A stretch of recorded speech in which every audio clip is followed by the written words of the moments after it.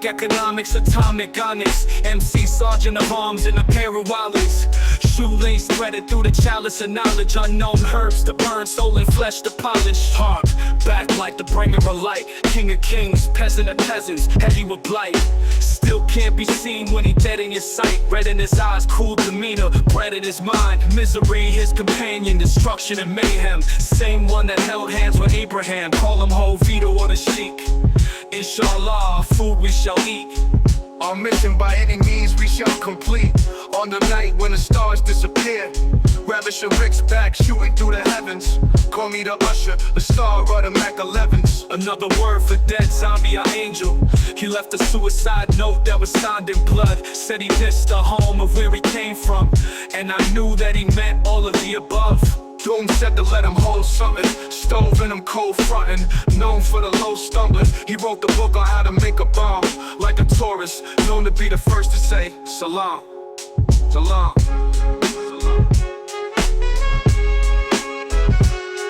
Yeah.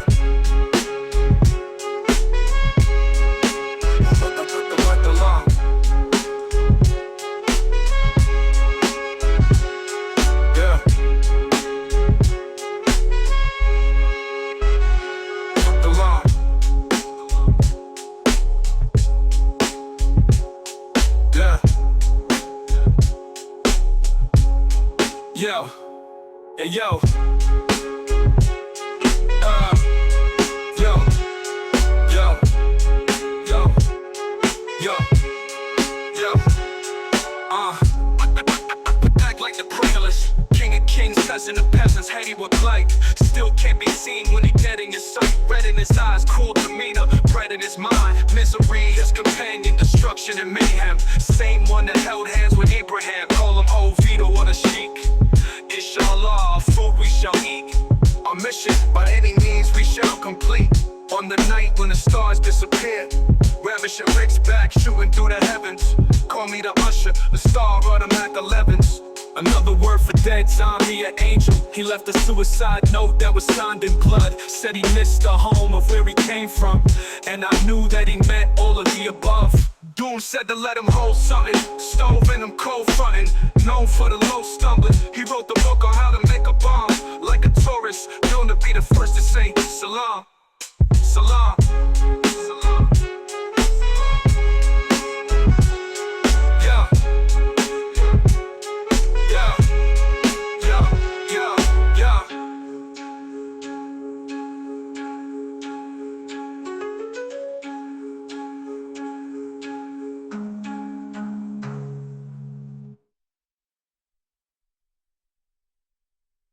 Money is not an invention of the state. It is not the product of a legislative act. Even the sanction of political authority is not necessary for its existence. Certain commodities came to be money quite naturally, as the result of economic relationships that were independent of the power of the state. Carl Menger. Alright, let's dive into the fascinating world of introductory economics, tailored for the esteemed members of the J.O.L.A.L.F. Imagine economics as a way of understanding how societies make choices when resources are limited. Think about it, we all have needs and wants, from the basics like food and shelter to things that make life more enjoyable. However, the resources available to satisfy these desires, things like time, money, raw materials, and even human effort, are finite. This fundamental concept of scarcity is at the heart of economics. Because we can't have everything we want, we constantly face trade-offs. Choosing to spend your time on one activity means you can't spend it on another. Similarly, a society deciding to invest more in healthcare might have less available for education. Economics helps us analyze these trade-offs and understand the costs and benefits associated with different choices. Now, let's consider how these choices play out in a larger system. We often talk about markets, which are simply places where buyers and sellers come together to exchange goods and services. This interaction determines prices and the quantities of things that are produced and consumed. Think about your local farmers market or even online marketplaces. These are all examples of markets in action. Within this framework, we can explore concepts like supply and demand. Demand refers to the quantity of a good or service that consumers are willing and able to purchase at different prices. Generally, as the price of something goes up, people tend to want less of it. Supply, on the other hand, represents the quantity of a good or service that producers are willing and able to offer at different prices. Usually, as the price increases, producers are incentivized to supply more. The interplay of supply and demand is a powerful force that shapes market outcomes. We also look at different types of economic systems. Some societies lean towards a market-based economy, where private individuals and businesses largely make decisions about production and consumption. Others might have more government involvement, with the state playing a significant role in allocating resources. Most real-world economies are a mix of these two approaches. Finally, economics also considers broader issues like economic growth, which refers to an increase in the overall production of goods and services in an economy over time. We also examine things like inflation, which is a general increase in prices, and unemployment, which refers to the number of people who are actively seeking work but cannot find it. Understanding these macroeconomic concepts helps us analyze the overall health and performance of an economy. This is just a glimpse into the fascinating world of economics, and we'll delve deeper into these ideas as we continue. Module 1, Foundations of Economic Thinking. This module introduces the fundamental principles that underpin economic analysis. You'll explore the concept of scarcity, the necessity of making choices, and the idea of opportunity cost, the value of the next best alternative foregone. We'll delve into the distinction between microeconomics, which focuses on individual decision-making and markets, and macroeconomics, which examines the economy as a whole. You'll also be introduced to the use of models and graphs as tools for economic analysis. Consider exploring resources like introductory chapters of economics textbooks, e.g. Manka's Principles of Economics, Khan Academy's Economics section, and relevant articles from reputable economic news outlets. Module 2, How Markets Work, Supply and Demand. Here, you'll dissect the core mechanisms of markets. We'll thoroughly examine the laws of demand and supply, understanding the factors that cause shifts in these curves. You'll learn how the interaction of supply and demand determines equilibrium prices and quantities. We'll also explore concepts like price elasticity of demand and supply, which measure the responsiveness of quantity to changes in price, and the impact of government interventions such as price ceilings and floors. Visual aids and practice problems will be crucial here. Websites like Investopedia and educational YouTube channels focusing on economics can be valuable supplements. Module 3, Microeconomic Principles, Consumers and Firms. This module delves deeper into the behavior of individual economic agents. We'll analyze consumer choice theory, looking at how individuals make decisions to maximize their satisfaction given their budget constraints. You'll also explore the theory of the firm, examining production costs, different market structures like perfect competition, monopoly, oligopoly, and how firms make decisions about pricing and output. Case studies of different industries can provide practical context. Consider exploring resources from university-level introductory microeconomics courses available online, often as open educational resources. Module 4, Macroeconomic Principles, the Big Picture. Shifting our focus to the economy as a whole, this module introduces key macroeconomic concepts. You'll learn about measures of economic activity like gross domestic product (GDP), inflation, and unemployment. We'll explore the determinants of aggregate demand and aggregate supply, and how their interaction influences the overall level of economic activity. You'll also be introduced to basic macroeconomic models. Following economic news from sources like The Economist, Wall Street Journal, or the Australian Financial Review will be highly beneficial in this module. Module 5, Money, Banking, and Monetary Policy. This module explores the role of money in an economy, the structure and function of the banking system, and how central banks manage the money supply and interest rates through monetary policy. You'll learn about different types of monetary policy tools and their impact on inflation and economic growth. Resources from central bank websites like the Reserve Bank of Australia and educational materials on monetary economics will be particularly useful. Module 6, Fiscal Policy and Government Intervention.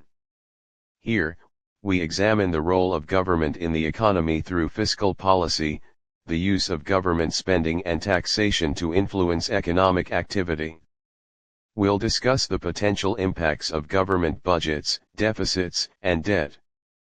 We'll also consider the arguments for and against government intervention in various markets. Analyzing current government policies and their economic effects will be a key part of this module. Module 7, International Trade and Globalization.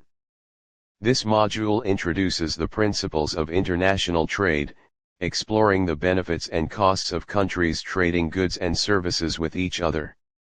You'll learn about concepts like comparative advantage, tariffs, and trade agreements. We'll also discuss the phenomenon of globalization and its economic implications. Resources from organizations like the World Trade Organization (WTO) and articles on international economics will be relevant. Self-directed learning strategies, active reading, don't just passively read materials. Take notes, highlight key concepts, and formulate questions. Problem solving, work through practice problems and exercises to solidify your understanding of economic principles. Real-world application, connect economic concepts to current events and real-world situations. Analyze news articles and discuss economic issues. Regular review, periodically revisit previously learned material to reinforce your understanding. Discussion optional, if possible, engage in discussions with others who are also learning about economics. Explaining concepts to others can deepen your own understanding. Assessment. Final exam. Final project.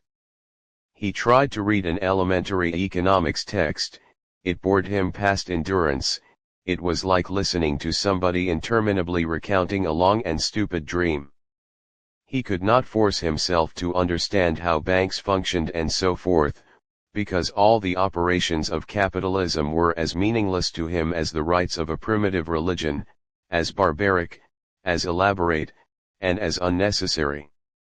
In a human sacrifice to deity there might be at least a mistaken and terrible beauty, in the rites of the money changers, where greed, laziness, and envy were assumed to move all men's acts, even the terrible became banal. Ursula K. Le Guin, The Dispossessed, An Ambiguous Utopia.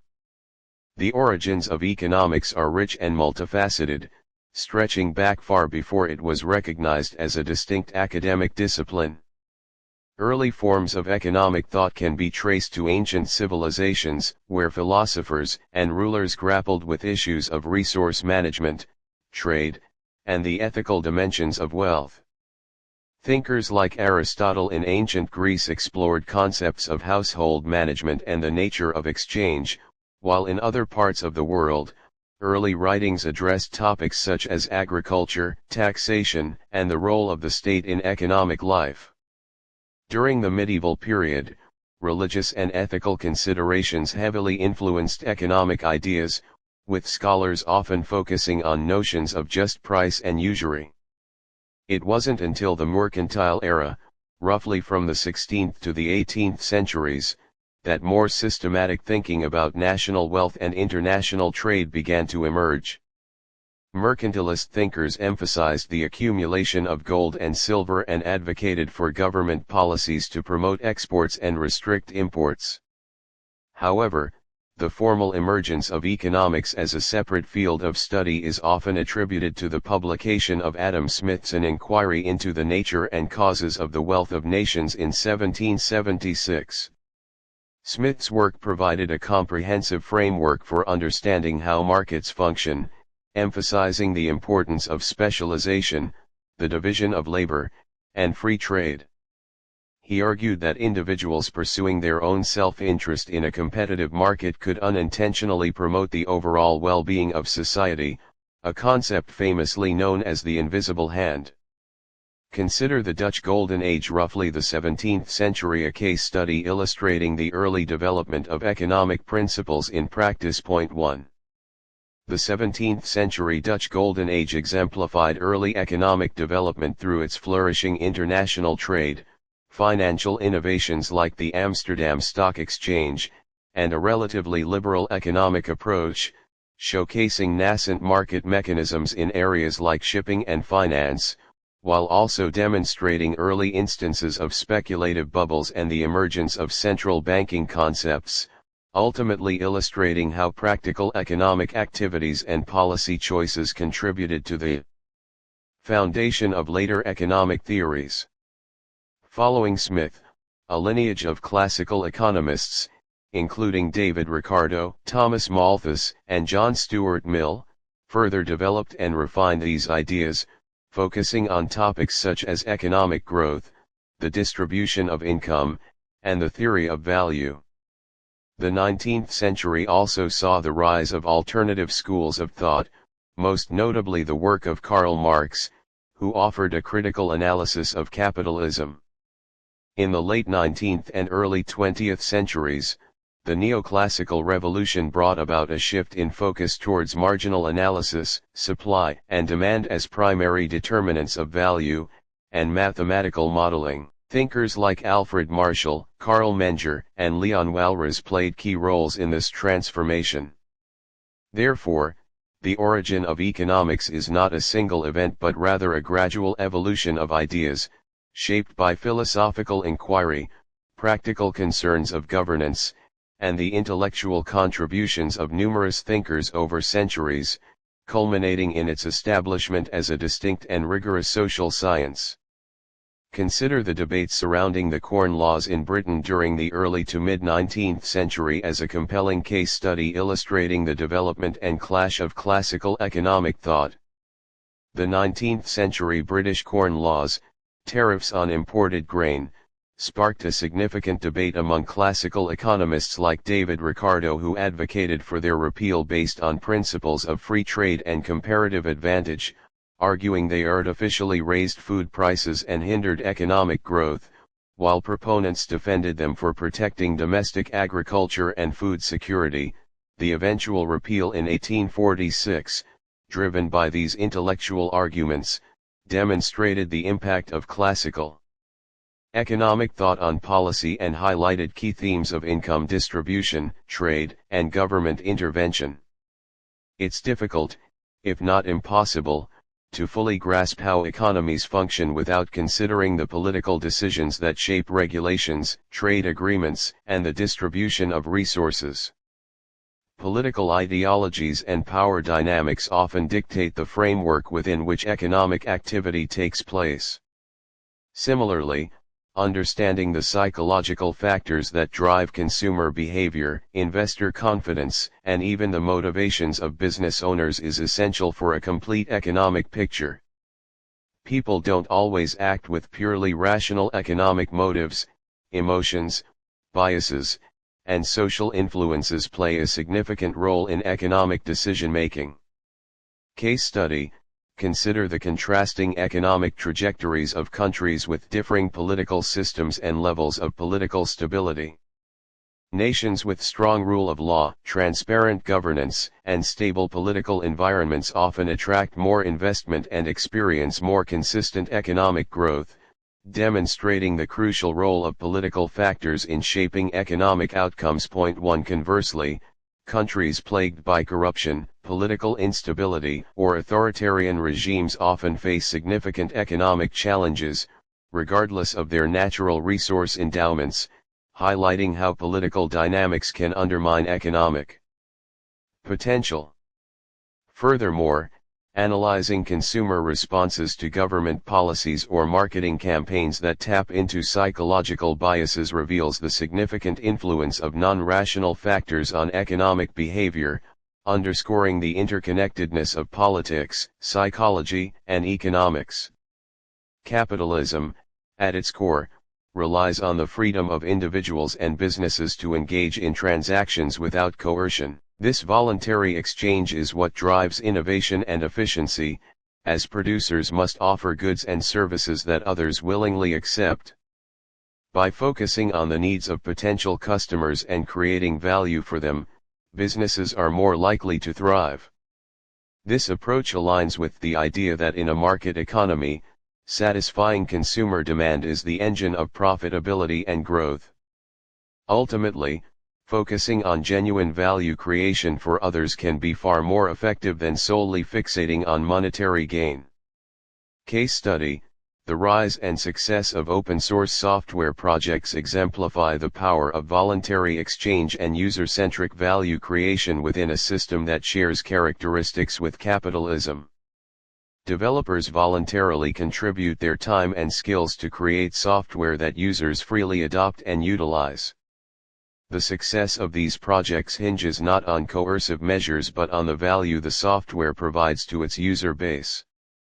As the software meets user needs effectively, a community forms around it, contributing further to its development and adoption, demonstrating how focusing on creating value for users can lead to widespread success and impact, even without traditional profit motives driving every individual contribution.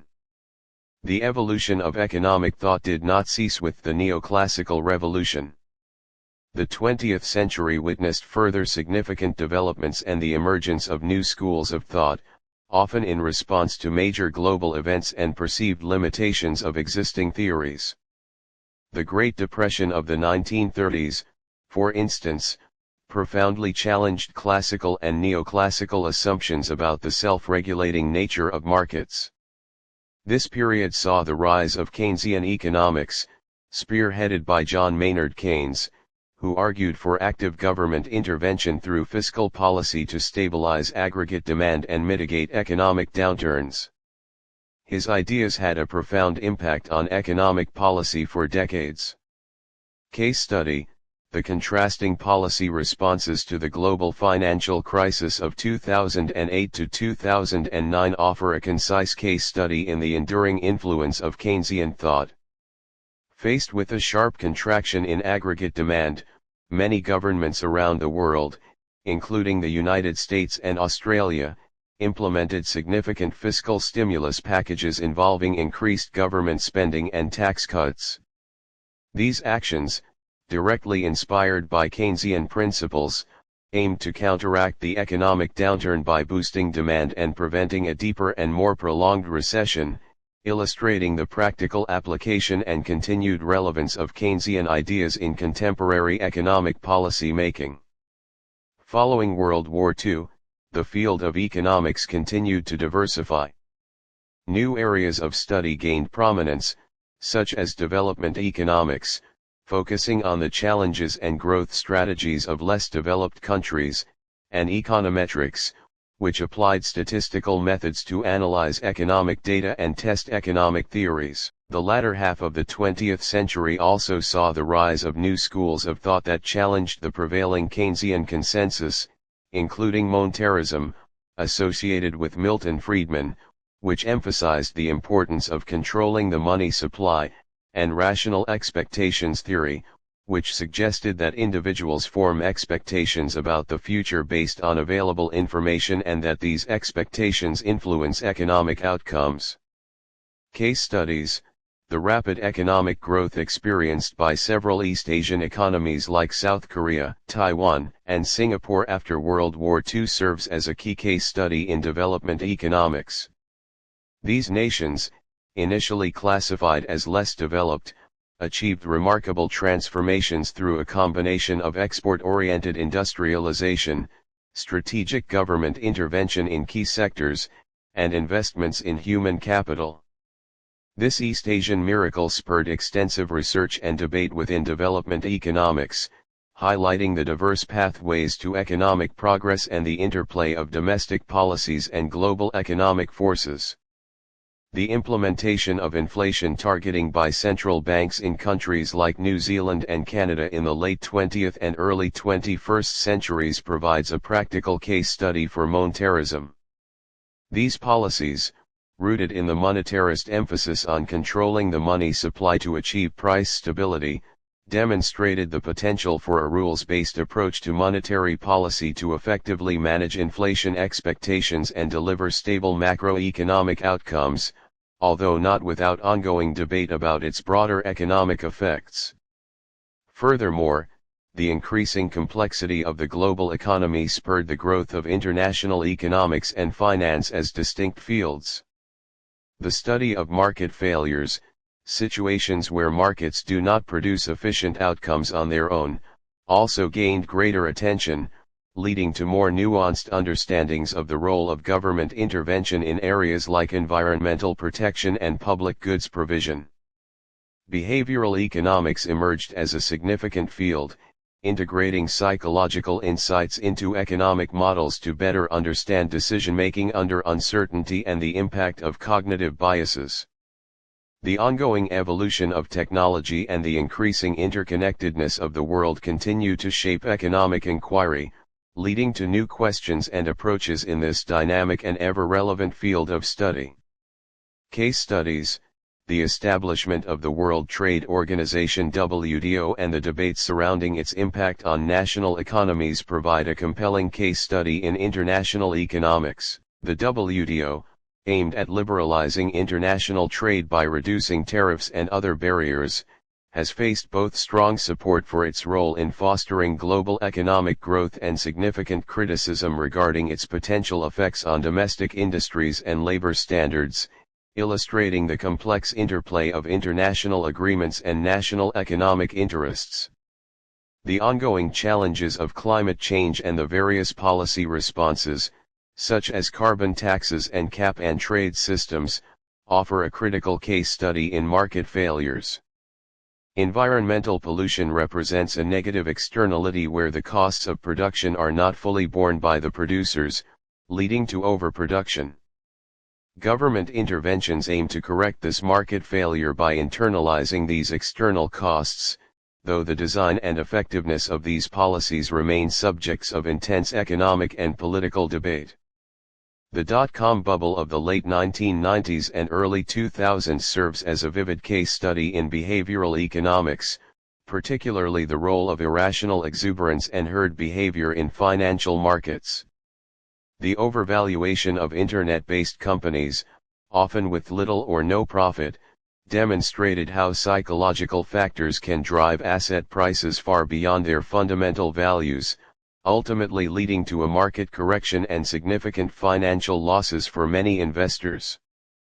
This event highlighted the importance of understanding cognitive biases in financial decision-making. New challenges and technological advancements constantly push the boundaries of economic thinking. The rise of the digital economy, with its unique characteristics like network effects and the dominance of platform-based businesses, presents new questions about market structure, competition policy, and the nature of work. Globalization, driven by technological innovation and reduced trade barriers, continues to reshape international trade and investment patterns, raising important issues about income inequality and the sovereignty of nations. Furthermore, growing concerns about sustainability and environmental degradation are driving the development of ecological economics and a greater focus on incorporating environmental considerations into economic models and policy decisions. These evolving realities ensure that economics remains a dynamic and essential field for understanding and navigating the complexities of our ever-changing world. Case studies: digital economy. The rapid growth and market dominance of companies like Amazon or Google illustrate the unique economic characteristics of the digital economy, including strong network effects that create winner-take-all dynamics and raise complex questions for antitrust regulators accustomed to traditional industries. Point 1. Globalization. The impact of Brexit on the UK economy demonstrates the challenges and potential economic costs associated with reversing globalization trends, highlighting the intricate web of trade relationships and the vulnerability of national economies to disruptions in international economic integration. Ecological economics. The implementation of carbon pricing mechanisms, such as carbon taxes in some European countries or cap-and-trade systems like the EU emissions trading system, provides a case study in using market-based solutions to address the market failure of environmental pollution, illustrating the practical application of ecological economic principles to promote sustainability. For demand, several factors can cause the entire demand curve to move, either to the left a decrease in demand or to the right an increase in demand, for any given price. These demand shifters include changes in consumer income, consumer tastes and preferences, the prices of related goods substitutes and complements, consumer expectations about future prices or income, and the number of buyers in the market. For instance, if consumers' incomes rise, they may demand more of a normal good at every price, shifting the demand curve to the right. Conversely, if the price of a substitute good falls, consumers may demand less of the original good, shifting its demand curve to the left. Similarly, several factors can cause the entire supply curve to shift, either to the left a decrease in supply or to the right an increase in supply, at any given price. These supply shifters include changes in input prices like wages or raw materials, technology, government policies such as taxes or subsidies, producer expectations about future prices, and the number of sellers in the market. For example, if the cost of raw materials decreases, producers may be willing and able to supply more at every price, shifting the supply curve to the right. Conversely, the imposition of a new tax on production would likely increase costs and shift the supply curve to the left. Understanding these demand and supply shifters is essential for analyzing how various events and policies impact market equilibrium. Case studies: demand shift, income. During an economic recession, as incomes fall, the demand for non-essential goods like luxury cars typically decreases. This leads to a leftward shift in the demand curve for luxury cars, resulting in lower prices and potentially lower quantities sold. Demand shift, preferences. The increasing popularity of plant-based diets has led to a rightward shift in the demand curve for meat substitutes like tofu and tempeh. As more consumers prefer these alternatives, demand increases at every price point. Demand shift, price of related goods substitutes. If the price of coffee significantly increases, consumers might switch to tea, a substitute good. Point 1. This would cause a leftward shift in the demand curve for coffee and a rightward shift in the demand curve for tea. Demand shift, price of related goods complements. A decrease in the price of video game consoles often leads to a rightward shift in the demand curve for video games, as the two goods are complements, they are typically consumed together. Point 2. Supply shift, input prices. A significant increase in the price of crude oil, a key input in gasoline production, would lead to a leftward shift in the supply curve for gasoline. Producers are willing and able to supply less gasoline at every price due to higher costs. Supply shift, technology.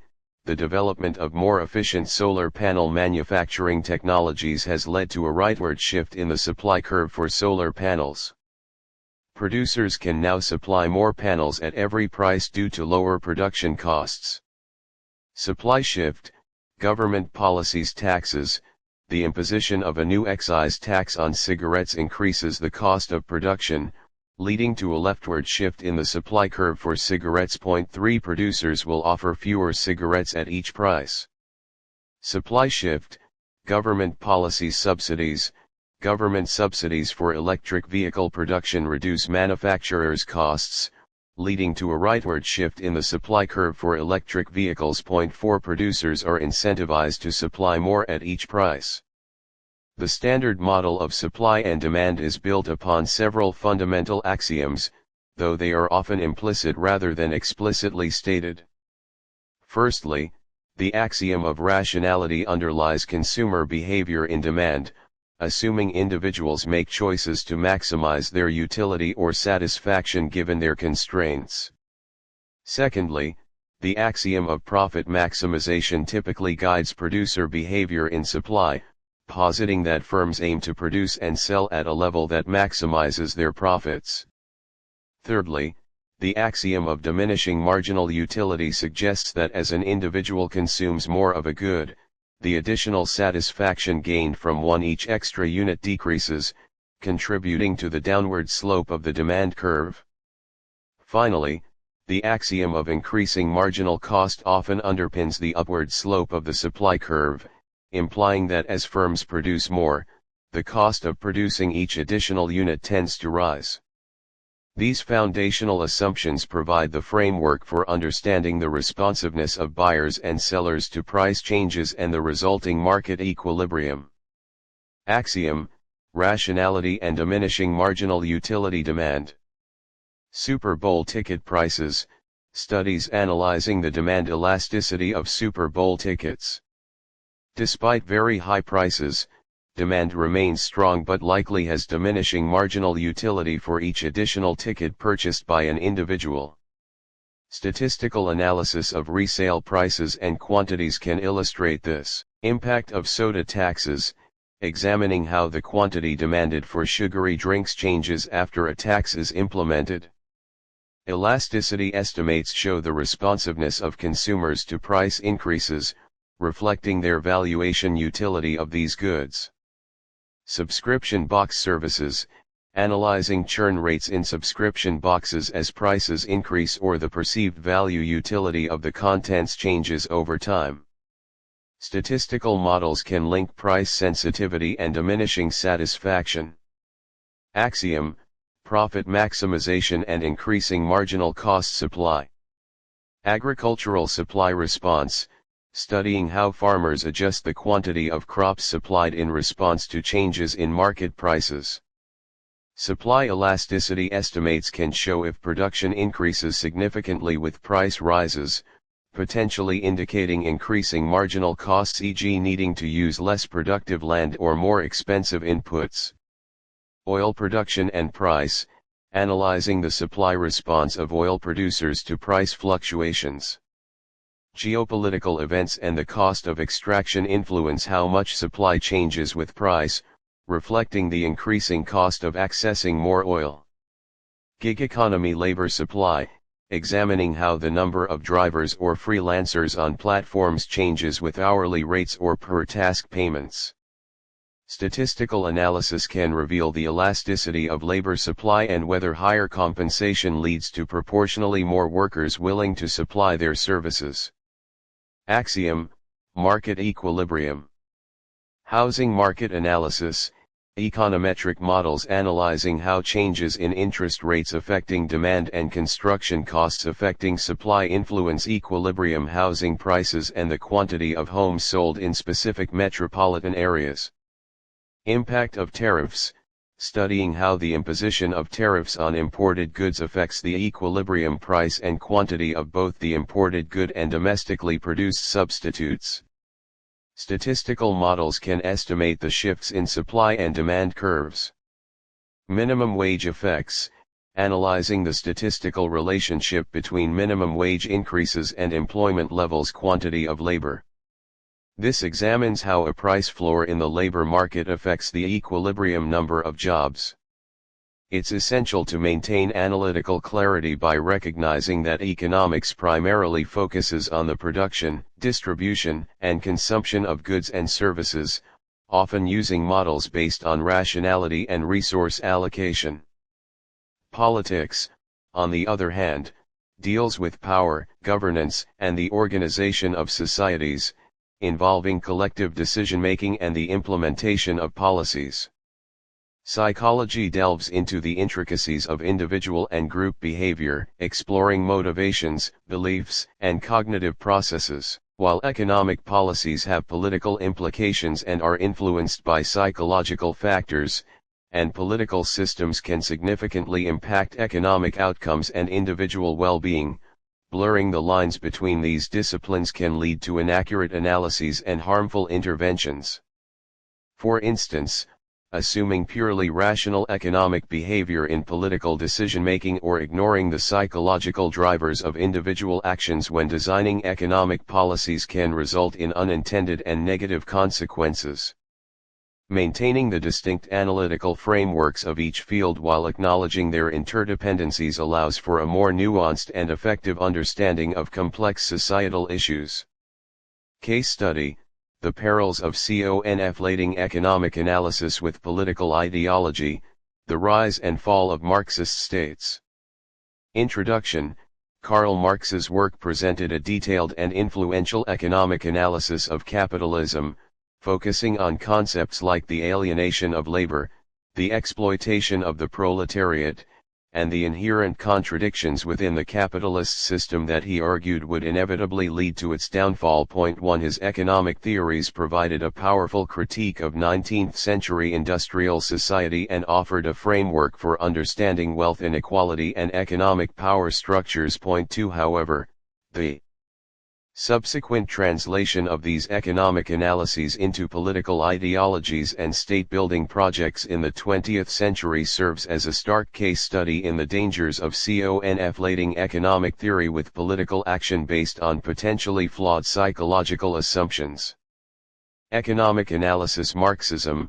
Marx's economic framework centered on the labor theory of value, arguing that the value of a commodity is determined by the socially necessary labor time required to produce it. 4. He posited that capitalists extract surplus value from workers by paying them less than the full value of their labor, leading to profit accumulation. 5. He further analyzed the cyclical nature of capitalism, predicting increasing concentration of capital, economic crises, and the eventual rise of a class-conscious proletariat that would overthrow the capitalist system. 6. His work offered a compelling, albeit contested, analysis of the dynamics of capitalist economies. 7.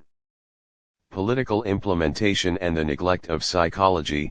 The Marxist economic analysis became the foundation for various political ideologies, most notably Leninism and Maoism, which advocated for revolutionary action to establish socialist states. 8. These movements, driven by a vision of a classless society and the abolition of private property, led to the establishment of numerous states throughout the 20th century.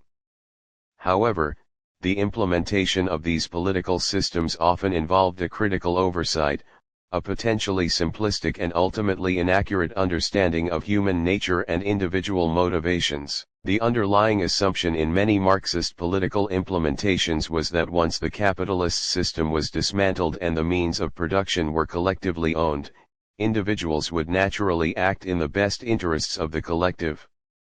Concepts like inherent selfishness, the need for individual incentives, and the complexities of human motivation beyond economic class were often downplayed or ignored. 9. The consequences, the historical outcomes of many Marxist states illustrate the pitfalls of this conflation. Centralized economic planning, intended to efficiently allocate resources, often suffered from a lack of information, misaligned incentives, and bureaucratic inefficiencies. 10. The suppression of private property and market mechanisms, while theoretically aimed at eliminating exploitation, often stifled innovation, reduced productivity, and led to shortages. Furthermore, the political systems that arose often became authoritarian, suppressing individual freedoms in the name of the collective good. The belief that a vanguard party possessed the correct understanding of historical progress and the needs of the proletariat led to the marginalization of dissenting voices and the establishment of rigid political control. The tragic human cost of these regimes, marked by famines, political purges, and the suppression of basic rights, underscores the danger of imposing a political system based on an economic analysis without a nuanced understanding of human behavior and the complexities of social organization. Theories explaining the behavior of individual economic agents, both consumers and firms, provide the foundational building blocks for understanding how markets function.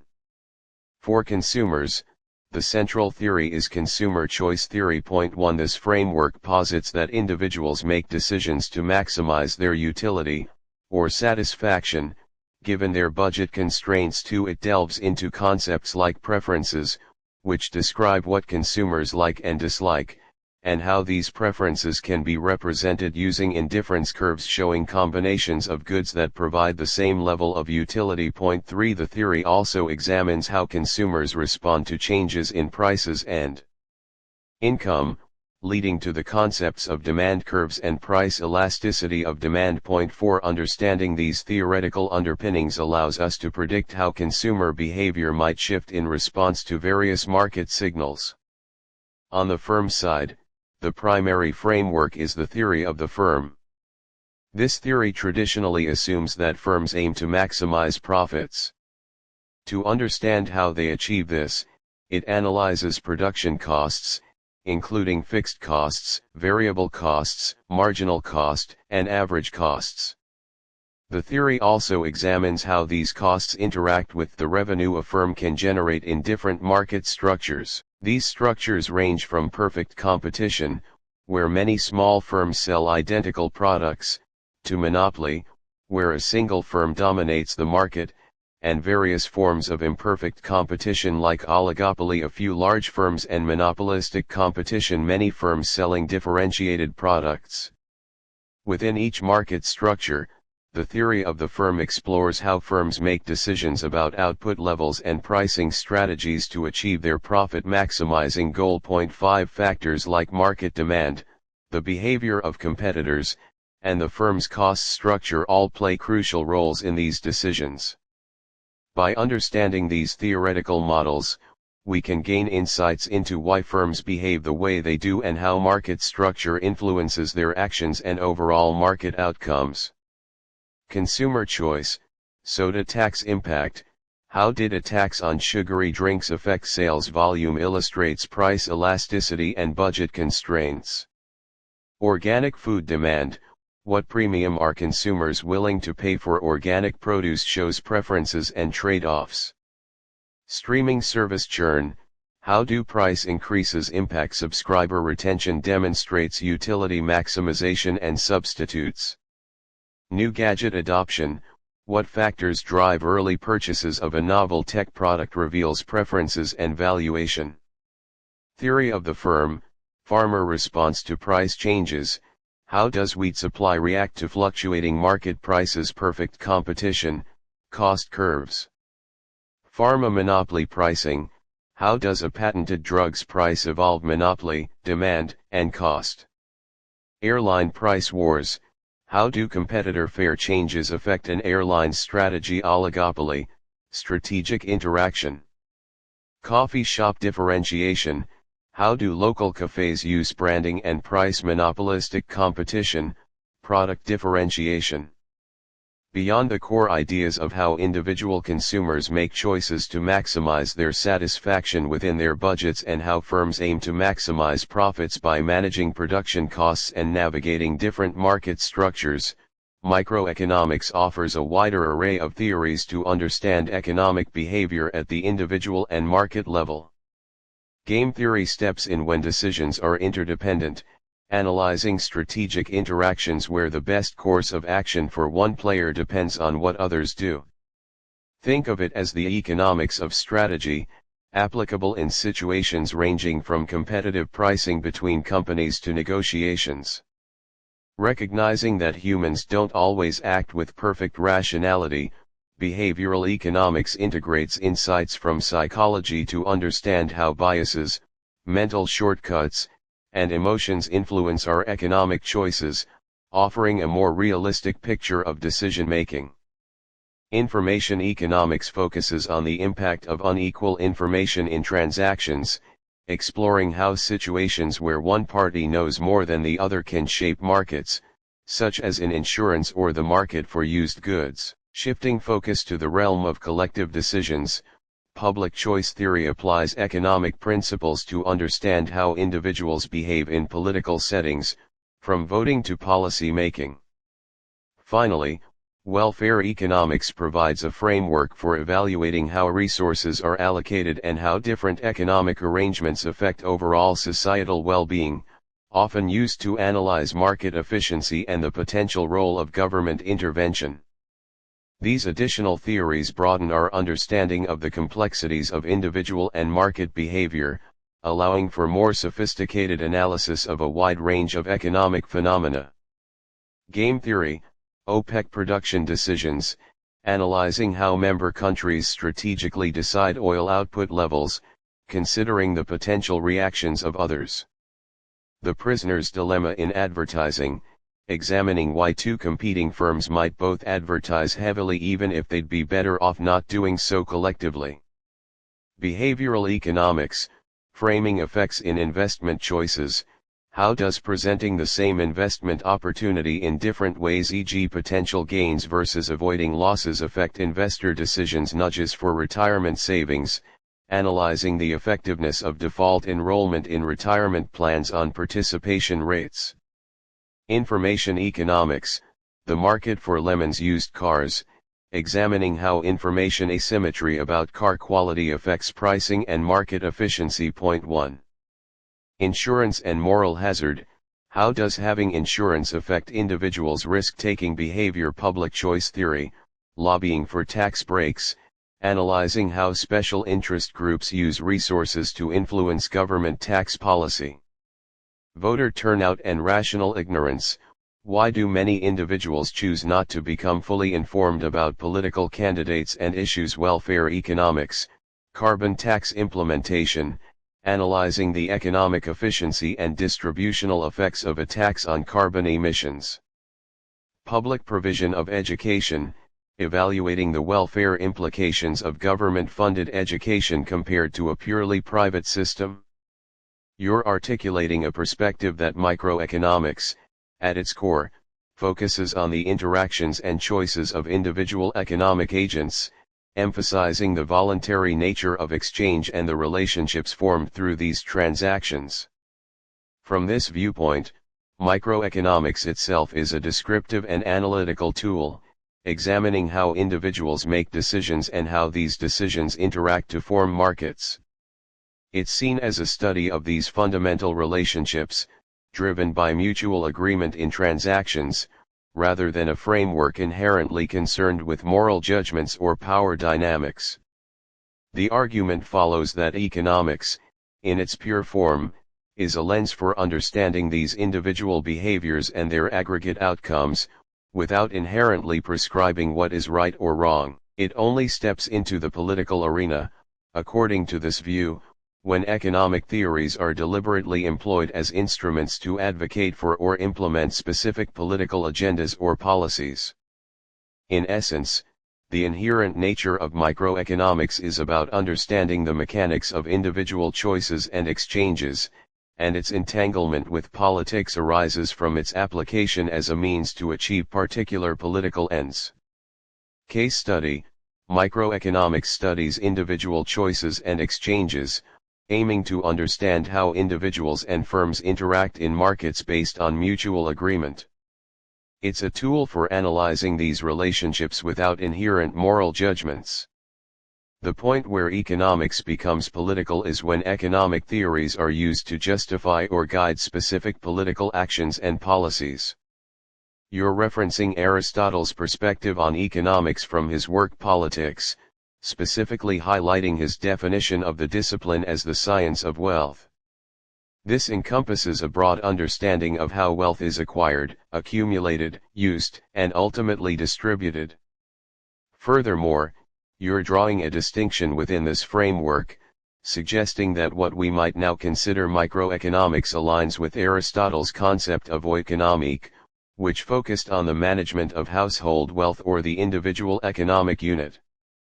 In contrast, you point out that the study of wealth at a larger, aggregate level, akin to modern macroeconomics, corresponds to Aristotle's Politykoekonomik. You also note that Aristotle viewed this broader study as the science of administration, particularly concerning the overall management of the state's resources in a more specific and limited sense.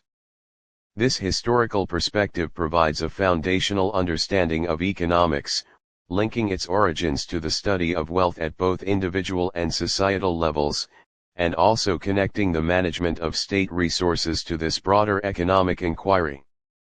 Case study: Ancient Athens illustrates Aristotle's economic views. Oikonomik involved household heads managing family wealth, acquiring resources, farming, trade, accumulating savings, allocating for needs, and disposing through inheritance. Success meant household stability. Politykoekonomik concerned the state managing its wealth, revenue, taxes, tributes, accumulation reserves, infrastructure, allocation, military, public works, and disposition, land management, trade policy. State success meant strength and prosperity. These levels were linked: household wealth contributed to the state, and state policies affected households, reflecting Aristotle's micro-macro distinction. Macroeconomics steps back from the individual and market-specific focus of microeconomics to look at the entire economic landscape. It's concerned with the big picture, analyzing the overall health and performance of a nation's economy. Instead of zooming in on single consumers or companies, macroeconomics examines broad indicators like the total value of all goods and services produced, GDP, the rate at which prices are generally increasing, inflation, the percentage of people actively seeking work but unable to find it, unemployment, and how the economy's output grows over time. The goal is to understand the forces that drive these economy-wide trends and to explore the impact of government actions, such as spending and taxation, fiscal policy, and central bank actions, like managing interest rates and the money supply, monetary policy, on these key aggregate variables.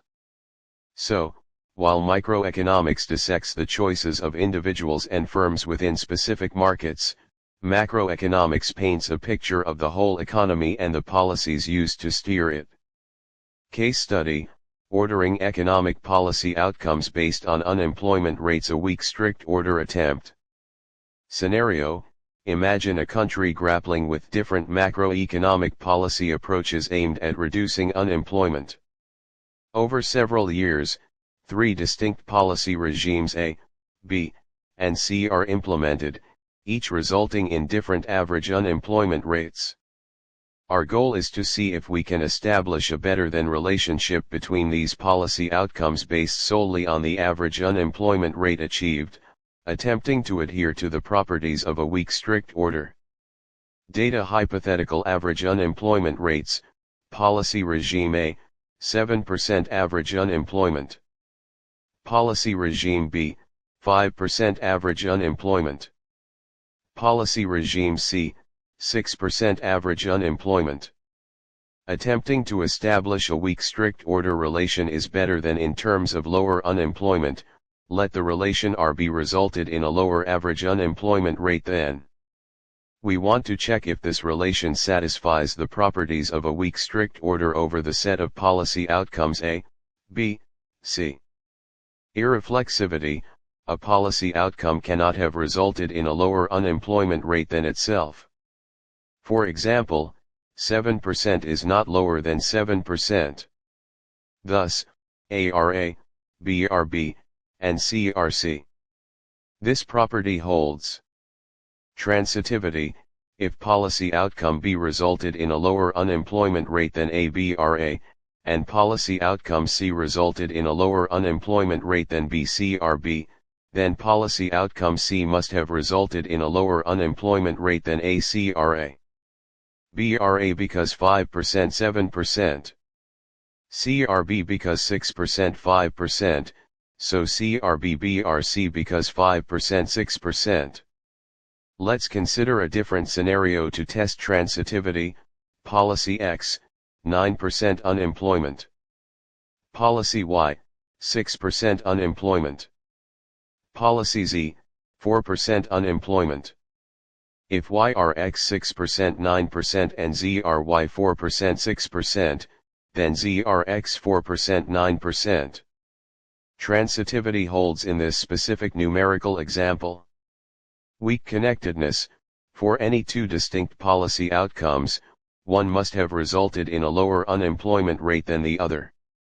Comparing A 7% and B 5%, B are A 5% 7%. Comparing A 7% and C 6%, C are A 6% 7%. Comparing B 5% and C 6%, B are C 5% 6%. For every pair of distinct policy outcomes, one has a strictly lower unemployment rate than the other. Thus, the weak connectedness property holds.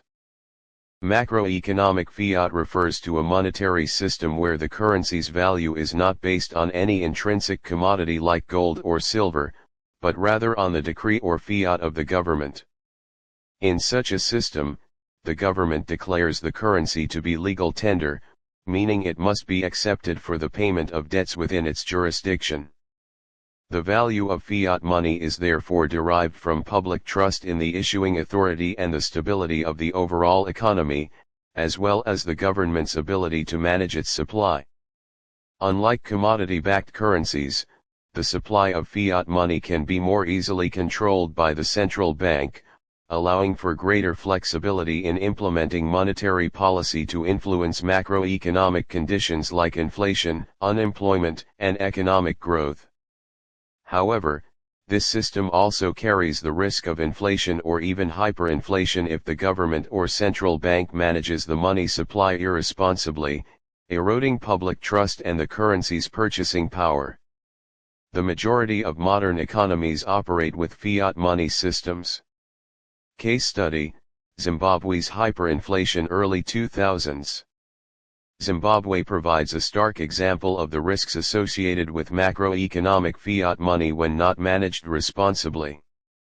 In the early 2000s, facing severe economic challenges, the Zimbabwean government's central bank began printing vast amounts of the national currency, the Zimbabwean dollar, to finance its expenditures. 1.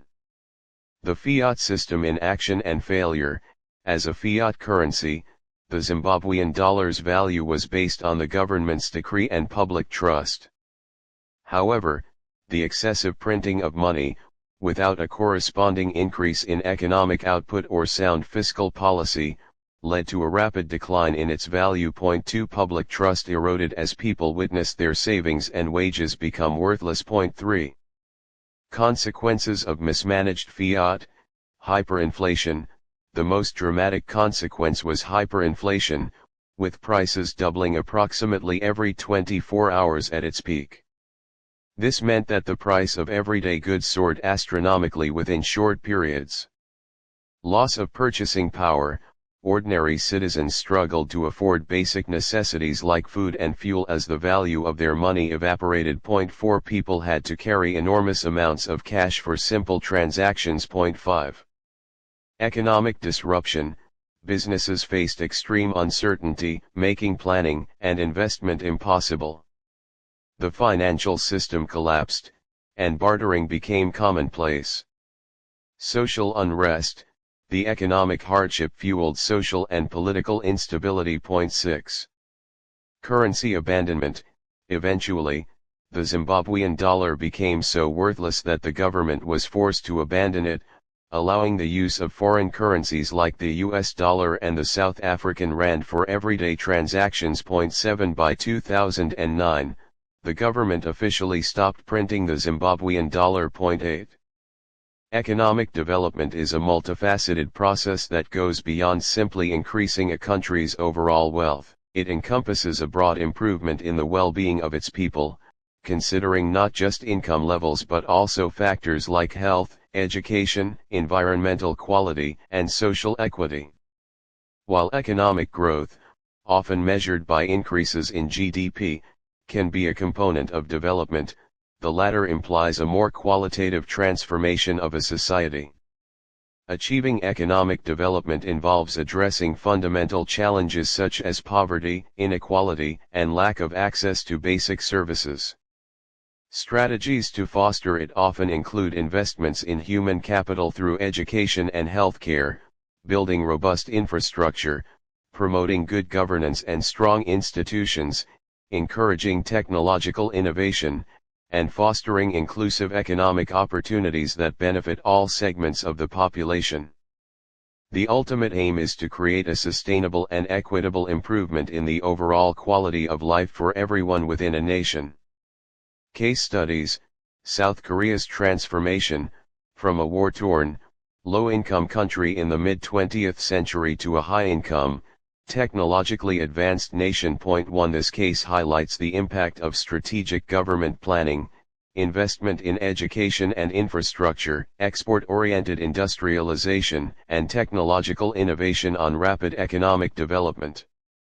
Botswana's resource management. Despite being rich in diamonds, Botswana avoided the resource curse by establishing strong institutions, transparent governance, and investing resource revenues in education, healthcare, and infrastructure, leading to sustained improvements in living standards. 2. Bangladesh's garment industry. The growth of the ready-made garment (RMG) sector has been a significant driver of economic development, providing employment, particularly for women, and increasing export earnings, albeit with ongoing challenges related to labor rights and safety. 3. Ireland's Celtic Tiger and subsequent crisis. Ireland's rapid economic growth in the 1990s and early 2000s, fueled by foreign direct investment and a favorable tax regime, demonstrates the potential for rapid growth but also the risks of unsustainable bubbles, as evidenced by the subsequent financial crisis. 4. Sub-Saharan Africa's mobile money revolution. The widespread adoption of mobile money services like M-Pesa in Kenya has transformed financial inclusion, allowing individuals without traditional bank accounts to save, send money, and receive payments, fostering economic activity and resilience at the grassroots level. 5. Growth accounting is a method used in economics to break down the sources of economic growth within a country or region over a specific period. Instead of simply looking at the overall increase in gross domestic product (GDP), growth accounting attempts to quantify the contribution of different factors to this growth. Typically, these factors include the growth in the amount of physical capital like machinery and infrastructure, the growth in the labor force number of workers and their skills, and a residual component known as total factor productivity (TFP). TFP is often interpreted as a measure of technological progress, efficiency improvements, and other factors that allow more output to be produced with the same amount of inputs. The process involves using a production function, often the Cobb-Douglas function, to statistically estimate how much of the output growth can be attributed to increases in capital and labor, with the remaining portion attributed to TFP. This allows economists to understand the drivers of economic expansion and the relative importance of factor accumulation versus productivity gains. Case studies: East Asian Tiger's Miracle. Growth accounting studies of countries like South Korea and Singapore during their rapid development phases often revealed that while capital accumulation was significant, a large portion of their growth was attributed to total factor productivity (TFP) gains, reflecting technological adoption and efficiency improvements. The U.S. productivity slowdown 1970s to 1990s. Growth accounting in the United States during this period showed a significant deceleration in TFP growth compared to the post-World War II era, sparking debates about the underlying causes, such as a lack of major technological breakthroughs or measurement issues. China's recent growth. Analyses of China's remarkable economic expansion have typically shown substantial contributions from both capital investment and a growing labor force. However, More recent studies are focusing on the increasing role of TFP as China aims for more innovation-driven growth. Comparing developed versus developing nations, growth accounting across different countries often highlights the varying importance of growth drivers. 1 Developed nations may rely more on TFP growth due to already high levels of capital, while developing nations might see larger contributions from capital accumulation and labor force expansion. Impact of the ICT revolution. Growth accounting studies in the late 1990s and early 2000s in many developed economies showed a resurgence in TFP growth, often linked to the diffusion and adoption of information and communication technologies (ICT). This segment of our curriculum delves into the critical nexus of money, the architecture of the banking system, and the strategic interventions of central banks via monetary policy. We will undertake a rigorous examination of the multifaceted role of money as a medium of exchange, a store of value, and a unit of account, exploring the theoretical underpinnings of its acceptance and its fundamental contribution to the efficiency of economic transactions. The structural intricacies of the banking system will be analyzed, encompassing the functions of commercial banks in intermediating between savers and borrowers, the process of fractional reserve banking and its implications for money creation, and the systemic importance of financial institutions within the broader macroeconomic framework. Case study: the Phillips curve. 1958 saw economist William Phillips present a potential trade-off between unemployment and inflation, later termed the Phillips curve. It suggested there was a stable negative relationship between inflation and unemployment. Lower unemployment typically meant higher inflation, and vice versa. This curve guided policymakers to believe they could engineer win-win situations of low inflation with low unemployment, like the economic miracle of the 1960-1970s. However, it later became clear that the relationship wasn't stable, leading to the stagflation of the late 1970s. To illustrate the multifaceted nature of money, one might look at the velocity of money, which measures how frequently one unit of currency is used to purchase goods and services within a given period. For the banking system's structure and function, key statistics include the reserve ratio, indicating the fraction of deposits banks are required to hold, and the money multiplier, which shows the potential expansion of the money supply from an initial deposit. To gauge the impact of monetary policy, economists track the policy interest rate set by the central bank, like the cash rate target in Australia, inflation rates such as the Consumer Price Index or CPI, unemployment rates, and measures of economic growth like the Gross Domestic Product (GDP) growth rate. Furthermore, statistics on money supply aggregates like M1, M2, and M3, which include different forms of liquid assets and credit growth, provide insights into the transmission of monetary policy through the economy. Data on central bank balance sheets, including the size and composition of their asset holdings, e.g. government bonds acquired through open market operations or quantitative easing, also offer a quantitative perspective on monetary policy implementation. Case study: the Volcker shock in the late 1970s and early 1980s in the United States provides a compelling case study illustrating the powerful role of central bank policy interest rates in combating inflation. 1 At the time, the U.S. was grappling with persistently high inflation. 2 Paul Volcker, then chairman of the Federal Reserve, implemented a drastic shift in monetary policy, sharply increasing the federal funds rate. This action directly impacted borrowing costs across the economy, leading to a significant slowdown in economic activity and a rise in unemployment. 3 However, the high interest rates also curbed aggregate demand and, crucially, broke the back of inflationary expectations. The statistical data from this period clearly shows the dramatic increase in the policy interest rate engineered by the Fed, the subsequent rise in unemployment, and the eventual significant decline in inflation rates.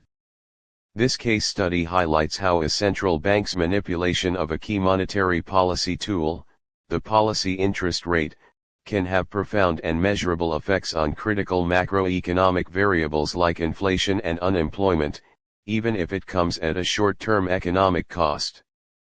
A significant focus will be placed on the operational mechanisms of central banks, the apex monetary authorities responsible for maintaining macroeconomic stability. We will scrutinize the diverse array of monetary policy instruments at their disposal, including open market operations, the buying and selling of government securities, the manipulation of the policy interest rate such as the cash rate in Australia, and the setting of reserve requirements for commercial banks. The transmission mechanisms through which these policy tools propagate their effects across the economy, influencing aggregate demand, inflation expectations, and ultimately, the rates of inflation and economic growth, will be thoroughly investigated. Furthermore, we will critically evaluate the theoretical underpinnings and empirical evidence regarding the efficacy and potential limitations of various monetary policy stances, considering both conventional and unconventional measures employed in response to diverse economic conditions. Resources provided by central banking institutions, such as the Reserve Bank of Australia, alongside scholarly materials in monetary economics, will serve as indispensable references for this module. Case study: Modern Monetary Theory. Modern monetary theory (MMT) challenges traditional economic orthodoxy. It posits that since fiat currencies are government-issued, a sovereign nation can't become bankrupt like a household, as it can always print more money. This perspective suggests that government deficits don't contribute to debt when used to build infrastructure, as they boost the economy's productive capacity and future tax revenues. Critics argue that unrestricted spending can lead to inflation, and that governments may not always act responsibly, leading to inefficiencies and economic distortions. Key MMT contributors include Bill Mitchell and L. Randall Wray.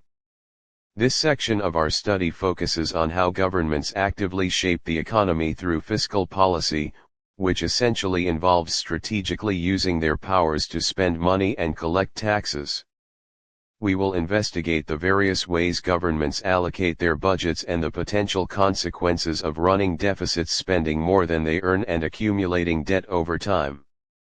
Furthermore, we will critically examine the broader debate surrounding government intervention in different parts of the economy, exploring the rationales for and against such involvement. A significant aspect of this module will involve analyzing real-world examples of current government policies and evaluating their actual effects on economic activity, providing a practical understanding of fiscal policy in action.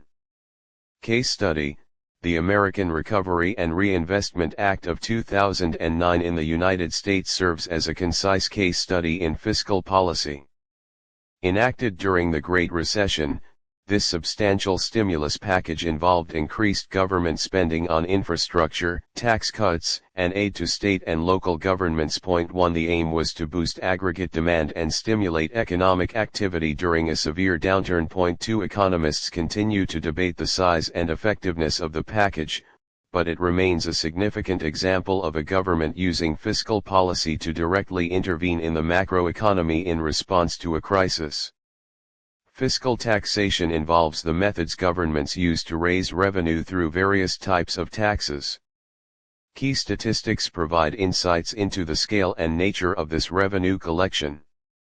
Total tax revenue as a percentage of GDP indicates the overall tax burden on the economy. Different types of taxes contribute varying shares to this total.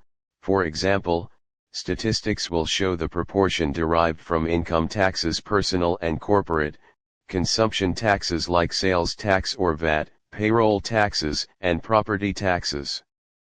The average and marginal tax rates for different income brackets illustrate the progressivity or regressivity of the income tax system.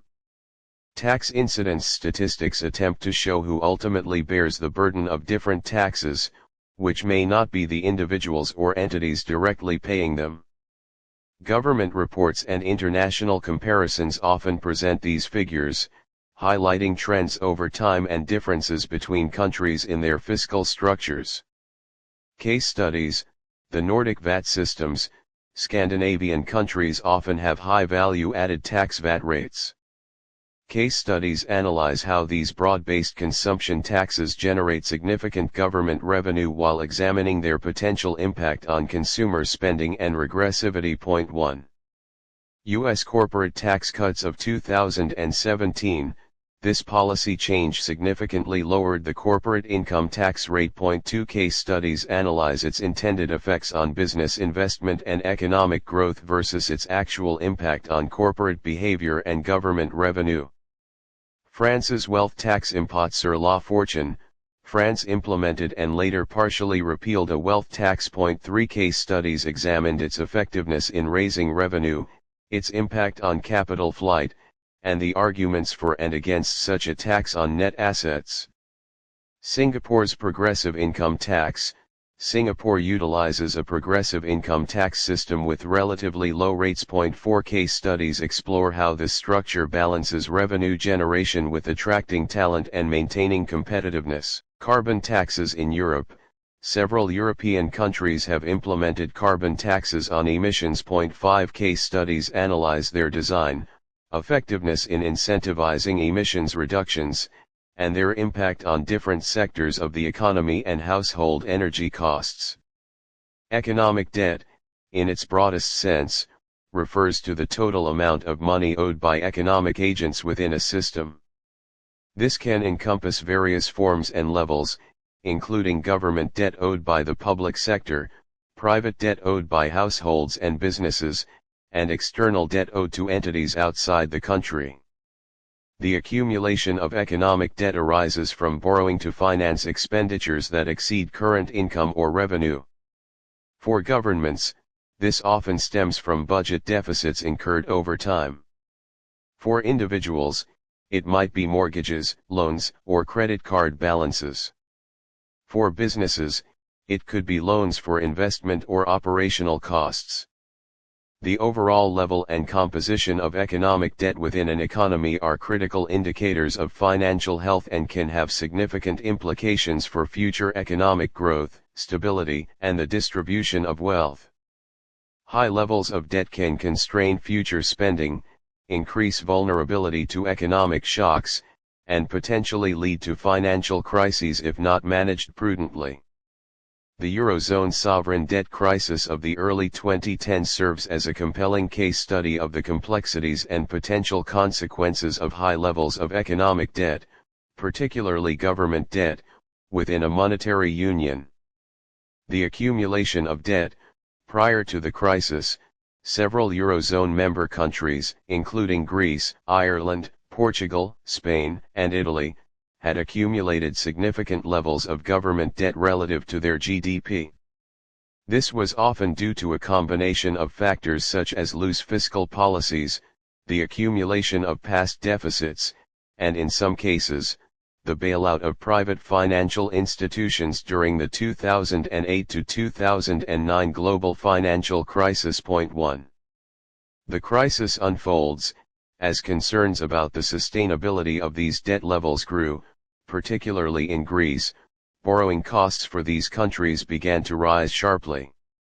This made it increasingly difficult for them to finance their existing debt and fund government operations. The lack of independent monetary policy within the Eurozone meant that individual countries couldn't devalue their currencies to improve competitiveness or rely on their own central banks as lenders of last resort in the traditional sense. This section of our curriculum will delve into the fundamental principles that govern the exchange of goods and services across national borders, a phenomenon known as international trade. We will explore the economic rationale behind why countries engage in trade, examining the concepts of absolute and, more importantly, comparative advantage, which explains how even countries that are less efficient in producing everything can still benefit from specialization and trade. We will also analyze the various tools and policies that governments use to influence international trade flows, such as tariffs, taxes on imports, and trade agreements, pacts between countries to reduce or eliminate trade barriers. Furthermore, the module will address the broader phenomenon of globalization, which encompasses not just trade but also the increasing interconnectedness of economies through flows of capital, labor, and technology, and we will critically discuss its multifaceted economic implications, including its effects on growth, inequality, and development. To enhance our understanding, we will draw upon resources from international organizations like the World Trade Organization and scholarly articles in the field of international economics. Case studies: the North American Free Trade Agreement NAFTA, and its successor the United States-Mexico-Canada Agreement USMCA, provides a rich case study of international trade and globalization. The agreement's provisions, NAFTA, implemented in 1994, aimed to eliminate most tariffs and trade barriers between the U.S., Canada, and Mexico over a period of years. It also included provisions on intellectual property, investment, and labor and environmental standards, though these were less comprehensive initially. The USMCA, which came into effect in 2020, updated some of these provisions. 1. Intended benefits: proponents argued that NAFTA would lead to increased trade flows, lower prices for consumers, greater efficiency through specialization based on comparative advantage, and economic growth in all three countries. It was also seen as a way to integrate Mexico's developing economy more closely with its wealthier neighbors. This area delves into the monetary side of international economics, focusing on topics such as exchange rates, the balance of payments, international capital flows, and the functioning of the global financial system. Understanding how exchange rates are determined, the implications of current account deficits or surpluses, and the role of international financial institutions are crucial for comprehending the interconnectedness of national economies in the modern world. We could also discuss the causes and consequences of financial crises and the challenges of international monetary policy coordination. Case study: sharp improvement in trade balances. As mentioned in IMF reports from the time, the crisis led to a rapid turnaround in the current account balances of affected countries like Indonesia, Korea, Malaysia, the Philippines, and Thailand.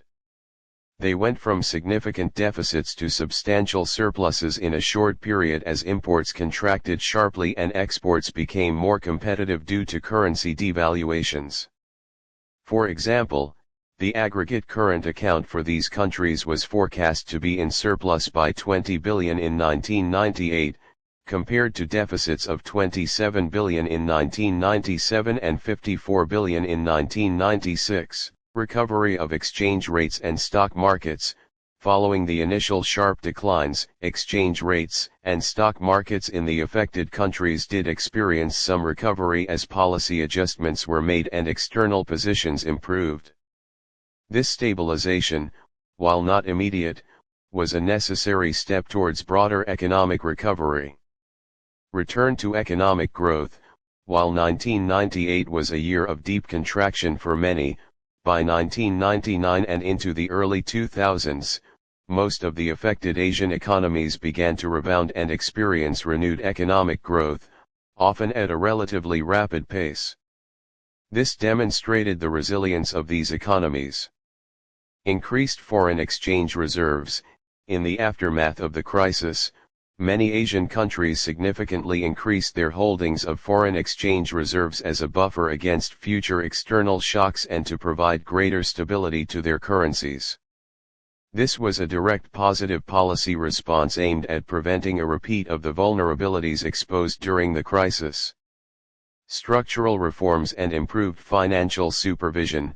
The crisis spurred important structural reforms in the financial sectors of the affected economies, including strengthening banking regulations, improving corporate governance, and reducing reliance on short-term foreign debt.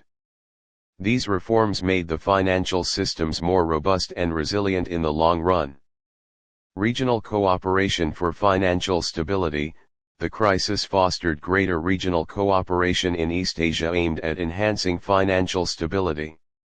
Initiatives like the Chiang Mai Initiative Multilateralization (CMIM) were developed as a regional safety net to provide financial assistance in times of crisis. The terms First World, Second World, and Third World originated during the Cold War to categorize countries based on their political and economic alignment.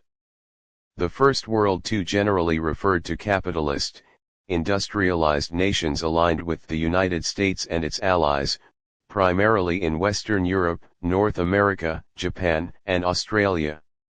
These countries typically had democratic governments and market economies.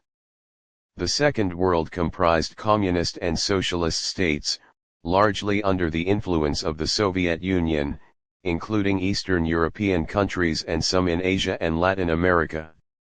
These nations often had centrally planned economies and single-party political systems.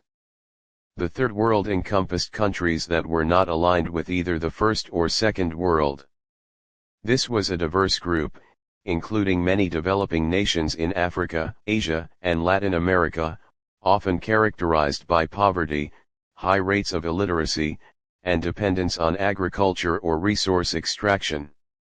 Over time, particularly after the collapse of the Soviet Union, the original political connotations of these terms have diminished, and they are now more commonly used, albeit often imprecisely and sometimes controversially, to describe a country's level of economic development and standard of living. In this context, the First World is often equated with developed, industrialized, and high-income countries.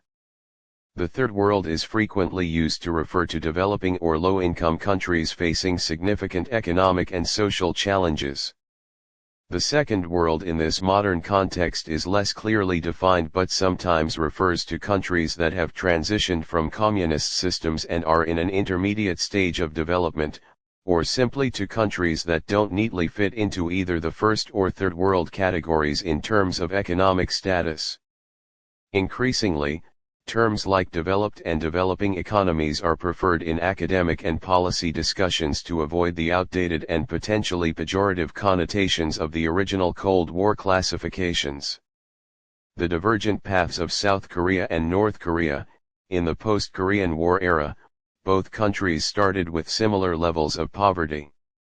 South Korea, aligning with the First World and adopting a market-oriented economy with strong state support for export-led growth, transformed into a high-income developed nation. 1 North Korea, aligning with the Second World and adhering to a centrally planned, isolationist economic model, remains a low-income country with significant developmental challenges, illustrating the contrasting economic trajectories influenced by Cold War alignments and economic systems. 2. The transition of Poland from Second to First World, as a former member of the Second World under Soviet influence with a centrally planned economy, Poland's post-1989 transition involved a shift towards a democratic political system and a market economy, characteristic of the First World. 3. Its economic development, integration into the European Union, and rising living standards demonstrate the complex process of moving from one categorization to another after the Cold War's end. Brazil's position in the modern context, often considered a Third World nation in the Cold War era due to its non-alignment and developing economy, Brazil today represents the complexities of the post-Cold War world. As a large, middle-income country with significant industrialization and a growing global presence, it doesn't neatly fit the traditional Third World stereotype, highlighting the limitations of the old classifications in describing the diverse economic realities of nations today and the emergence of new categories like emerging economies. The persistent challenges in sub-Saharan Africa. Many countries in sub-Saharan Africa, historically categorized as part of the Third World, continue to face significant economic development challenges, including poverty, weak infrastructure, and reliance on primary commodity exports. 4 Case studies of specific countries within this region illustrate the ongoing struggles and the need for targeted development strategies, highlighting the persistent economic disparities that the Third World categorization aimed to capture, even if the term itself is now often avoided. Economic synthesis involves bringing together the various strands of economic thought we've explored, from the individual choices studied in microeconomics to the aggregate trends analyzed in macroeconomics, and the global interactions examined in international economics and development economics.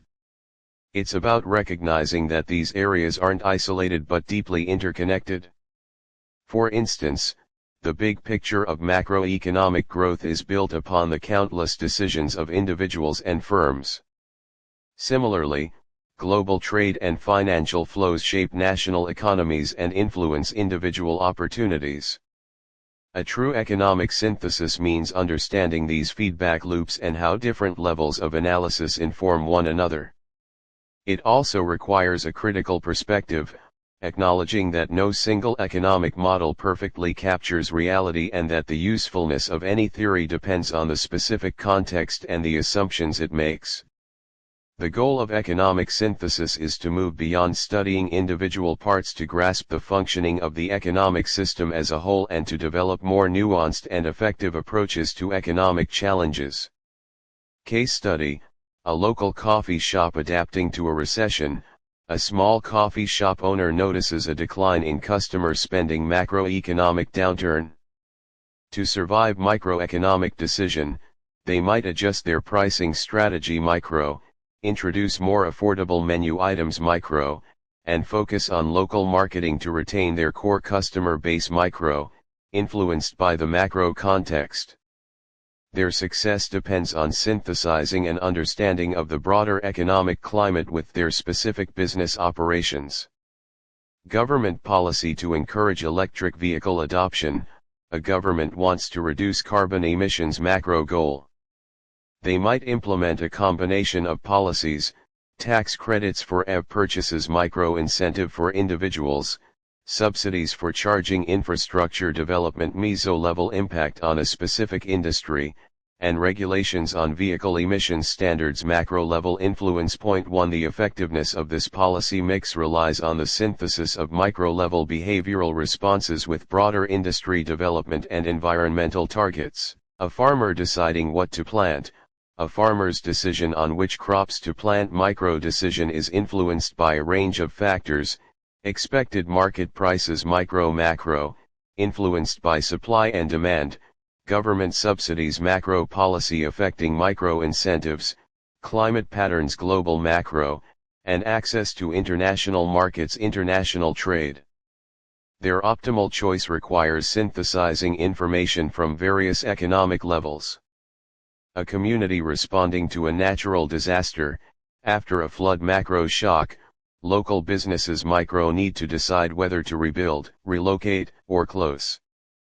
Government aid policies. Macro, insurance payouts. Micro meso, and the overall economic resilience of the community. Macro will influence these individual decisions.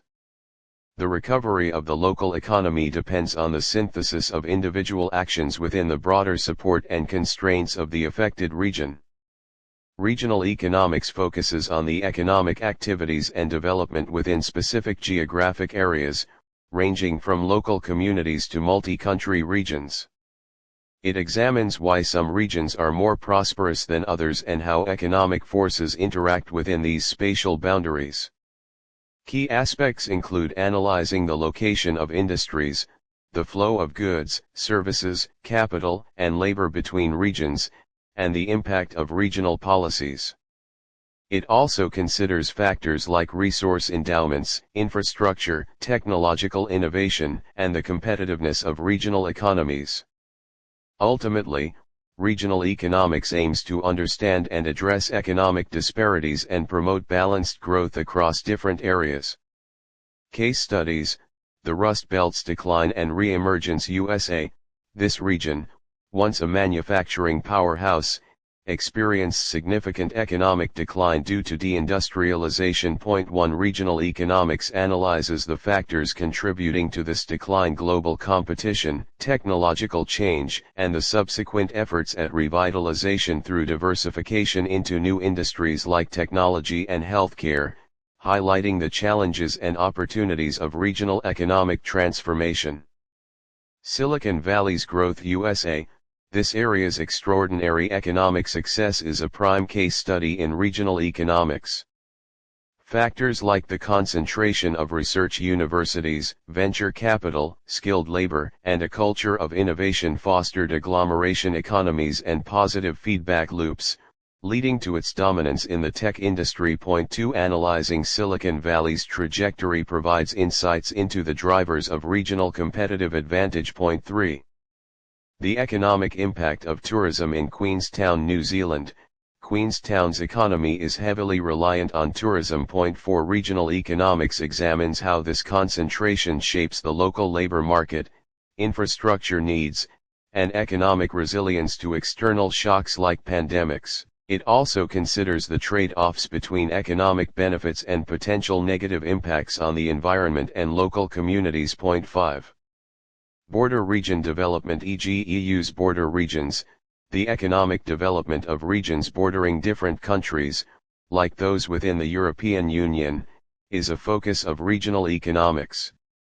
Studies analyze the impact of cross-border trade, labor mobility, and regional policies aimed at fostering cooperation and reducing disparities between adjacent areas with different national contexts. Resource boom and bust in Western Australia. Regions in Western Australia experienced rapid economic growth due to mining booms. Point 6. Regional economics examines the economic diversification challenges these regions faced during downturns in commodity prices and the policies aimed at creating more sustainable and varied economic bases. In the Ruhr Valley, a region in northwestern Germany, heavy industries like coal, steel, and chemicals were once predominant. However, with these industries in decline, the Ruhr Valley has experienced significant structural transformation. Regional economics has analyzed the factors leading to this change, the challenges in transitioning the region, and strategies for economic regeneration, including the development of the Ruhr Metropolis and the Ruhr Regional Planning Association. Final exam, Introduction to Economics. Instructions. This exam is designed to test your understanding of the core concepts covered in the course. Answer all questions concisely and clearly, using relevant economic terminology and examples where appropriate. The exam is divided into multiple choice, short answer, and essay sections. You have 3 hours to complete the exam. Calculators are permitted for numerical questions. Part I. Multiple choice questions, 20 points, 2 points each. Select the best answer for each question. According to Carl Menger, money emerges, A, as a deliberate creation of the state, B, naturally, from economic relationships independent of state authority, C, through international trade agreements, D, only with the backing of gold or silver. Answer, B. Scarcity in economics refers to A, the unlimited availability of resources, B, the finite nature of resources relative to unlimited wants, C, the absence of trade-offs in decision-making, D, the government's control over resource allocation. Answer, B. A rightward shift in the demand curve for electric vehicles could be caused by A decrease in consumer income, B, an increase in the price of gasoline, C, a new tax on electric vehicle production, D, a technological regression in battery production. Answer, B. In a perfectly competitive market, firms, A, set prices above marginal cost, B, earn significant economic profits in the long run, C, produce where marginal cost equals market price, D, face significant barriers to entry. Answer, C. Gross domestic product (GDP) measures, A, the total income of a country's citizens, B, the total value of goods and services produced within a country, C, the total government expenditure in an economy, D, the total value of exports minus imports. Answer, B. The Phillips curve suggests a trade-off between A, inflation and unemployment, B, economic growth and income inequality, C, government spending and taxation, D, interest rates and money supply. Answer, A, central bank's open market purchase of government bonds, typically, A, decreases the money supply, B, increases interest rates, C, increases the money supply, D, reduces aggregate supply. Answer, C, comparative advantage implies that a country should A produce all goods it needs domestically. B specialize in goods it can produce at a lower opportunity cost. C only trade with countries of similar economic strength. D avoid international trade to protect local industries. Answer B. The velocity of money measures, the rate at which money is printed by the central bank. B. How frequently a unit of currency is used in transactions. C. The total money supply in an economy. D. The inflation rate caused by money creation. Answer B. Total factor productivity. TFP in growth accounting reflects the growth in physical capital. B. The increase in the labor force. C. Technological progress and efficiency improvements. D. The accumulation of government debt. Answer C. Part 2, short answer questions 30 points, 6 points each. Answer each question in 3 to 5 sentences, using relevant economic concepts and examples. Explain how the concept of opportunity cost applies to a government deciding to increase spending on healthcare rather than education. Provide an example of a trade-off involved. Using the supply and demand framework, describe what happens to the market for coffee if there is a significant increase in the price of tea, a substitute good. Illustrate with a graph. Describe the shifts. Discuss how the theory of the firm explains a monopolist's pricing strategy compared to a firm in perfect competition. Why might a monopolist charge a higher price? Analyze the role of fiscal policy during the 2008 to 2009 global financial crisis, referencing the American Recovery and Reinvestment Act. How did it aim to influence aggregate demand? Explain the concept of comparative advantage using the case study of NAFTA. How did the agreement potentially benefit Mexico's economy? Part 3, essay questions 50 points, 25 points each. Answer both questions in well-structured essays of 400 to 500 words each. Use specific examples, theoretical frameworks, and evidence from the course to support your arguments. The organic nature of money. Menger's perspective. Carl Menger argues that money emerges naturally from economic relationships, independent of state authority. Evaluate this perspective in the context of modern fiat money systems, such as the US dollar or the Zimbabwean dollar during its hyperinflation crisis. How does Menger's view align or conflict with the role of central banks and government in managing fiat money? Discuss the implications of fiat money's reliance on public trust and central bank policies, using the case study of Zimbabwe's hyperinflation to illustrate potential risks. Conclude with your assessment of whether Menger's theory remains relevant in today's monetary systems. Economic synthesis, micro and macro interconnections. Economic synthesis involves understanding the interconnections between microeconomic behaviors and macroeconomic outcomes. Using the case study of a local coffee shop adapting to a recession, explain how microeconomic decisions, e.g. pricing, menu changes, are influenced by macroeconomic conditions, e.g. reduced consumer spending. Incorporate concepts like consumer choice theory, aggregate demand, and monetary or fiscal policy responses to recessions. Discuss how a failure to synthesize micro and macro perspectives might lead to ineffective business or policy decisions. Conclude with recommendations for how policymakers and businesses can better integrate these perspectives to navigate economic downturns. Final project: exploring the evolution of money and economic systems. Objective: the final project aims to deepen your understanding of the course's themes, particularly the nature of money as described by Carl Menger, by analyzing the evolution of money and its role in economic systems across historical and modern contexts.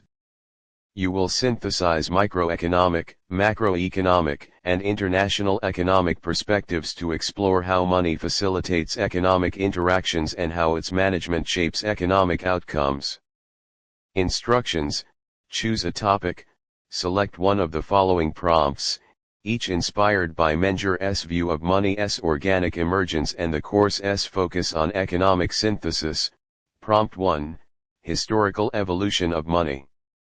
Trace the evolution of money from barter systems to modern fiat currencies in a specific historical context, e.g. ancient Athens, the Dutch Golden Age, or a modern economy like the US.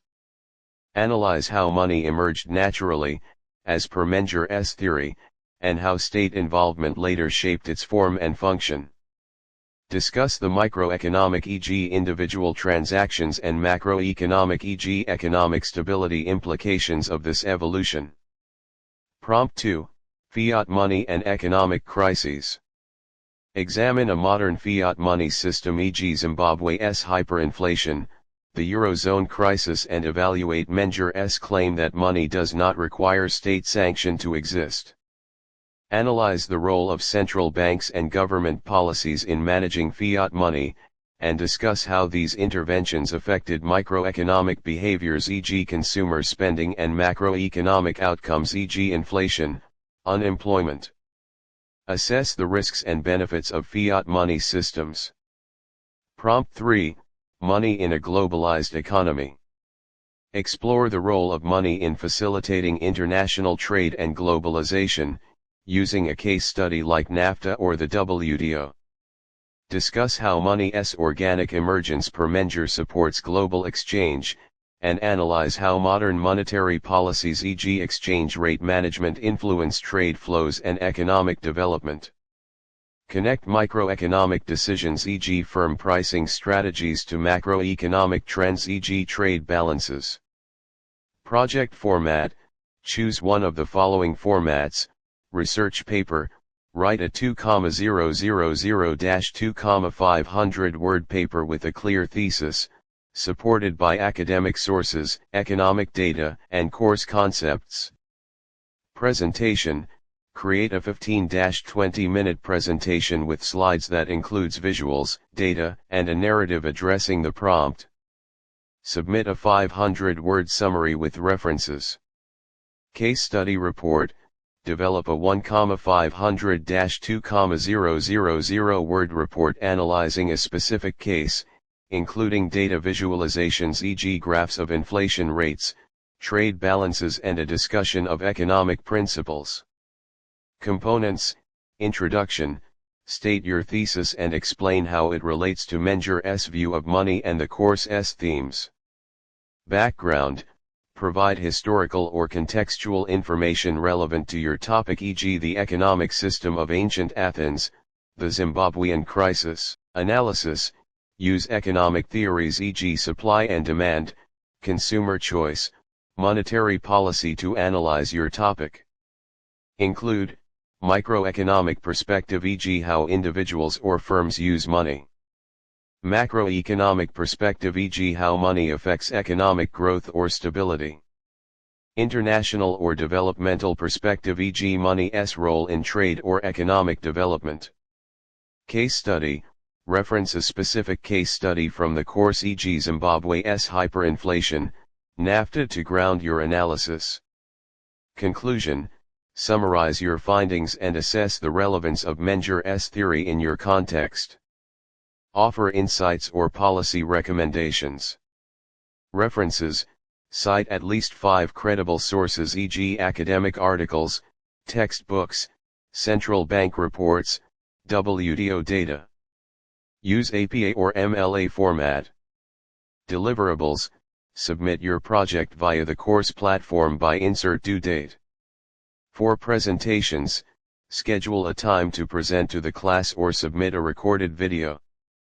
Include a 1-page reflection on how the project deepened your understanding of economics and Menger's perspective. Evaluation criteria: 100 points, content and analysis 40 points, depth of economic analysis, use of course concepts, and integration of micro, macro, and international perspectives. Connection to Menger's theory 20 points, clear engagement with Menger's view of money's organic emergence and its relevance to your topic. Case study application 15 points, effective use of a relevant case study to support your argument. Clarity and organization 15 points, logical structure, clear writing or presentation, and proper use of visuals or data. Research and citations 10 points, quality and relevance of sources, proper citation format. Resources, course materials e.g. Mankey's Principles of Economics, Khan Academy, Reserve Bank of Australia Resources. Academic databases e.g. JSTOR, Google Scholar. Economic data sources e.g. World Bank, IMF, WTO. Case studies from the course e.g. Zimbabwe, NAFTA, the Volcker shock. Example outline for Prompt 1 research paper, Introduction, thesis on how money evolved naturally in the Dutch Golden Age, with state involvement later shaping its role. Background, overview of the Dutch Golden Age's economy, trade, Amsterdam Stock Exchange. Microeconomic analysis, how merchants used commodity money e.g. silver for trade, reflecting Menger's organic emergence. Macroeconomic analysis, the role of early central banking concepts in stabilizing the economy. International perspective, money's role in Dutch global trade and colonial enterprises. Case study, the Amsterdam Stock Exchange as a precursor to modern financial systems. Conclusion, Menger's theory's relevance and the state's eventual role in standardizing money. References, academic articles, historical economic data. Reference and citaten, additional works by Menger on the theory of money. Menger, c. 1892. On the Origin of Money. Economic Journal, 26, 239-255. Description, this article, translated into English, is a concise exposition of Menger's theory that money emerges as a spontaneous order from individuals seeking to overcome the inefficiencies of barter. It elaborates on the quote's ideas and is one of the most cited works on the subject. Citation, Menger, c. 1892. On the Origin of Money. Economic Journal, 26, 239-255. https, doi.org 10.23072956-6146. Menger, c. 1985. Investigations into the Method of the Social Sciences with Special Reference to Economics. F. J. Nock, Transaction. New York University Press. Original work published 1883. Description, in this work, Menger defends his methodological individualism and discusses how social institutions, including money, arise organically from individual actions. It provides a broader philosophical foundation for the ideas in the quote. Citation, Menger, c. 1985. Investigations into the Method of the Social Sciences with Special Reference to Economics. New York University Press. Related scholarly references. Mises, L. von. 1998. Human Action, a Treatise on Economics, Scholar S. edition. Ludwig von Mises Institute. Description, Ludwig von Mises, a prominent Austrian economist, builds on Menger's theory, emphasizing the spontaneous emergence of money and its role in facilitating exchange. Chapter 17, Section 4, discusses the evolution of money in a Mengerian framework. Citation, Mises, L. von. 1998. Human Action, a Treatise on Economics. Ludwig von Mises Institute. Hayek, F.A. 1990. Denationalization of Money, The Argument Refined 3rd ed. Institute of Economic Affairs. Description, Friedrich Hayek extends Menger's ideas by exploring the possibility of private currencies and critiquing state monopolies on money. He references Menger's organic theory as a foundation for his argument. Citation, Hayek, F.A. 1990. Denationalization of Money, The argument refined. Institute of Economic Affairs. White, L.H. 1984. The Evolution of Money and Banking, A Mendrian Perspective. South African Journal of Economics, 52 245-260. Description: this article provides a modern analysis of Menger's theory, applying it to historical and contemporary monetary systems. It discusses how money's emergence aligns with Menger's emphasis on spontaneous order. Citation: White, L.H. 1984. The Evolution of Money and Banking, A Mendrian Perspective. South African Journal of Economics, 52 245-260. https doi.org 10.1111j.1813-6982.1984.tb00849.x. O'Driscoll, G.P. and Rizzo, M.J. 1996. The Economics of Time and Ignorance 2nd ed. Routledge. Description: this book explores Austrian economics, including Menger's contributions to the theory of money. It discusses how money reduces transaction costs and emerges from decentralized individual actions. Citation: O'Driscoll, G.P. and Rizzo, M.J.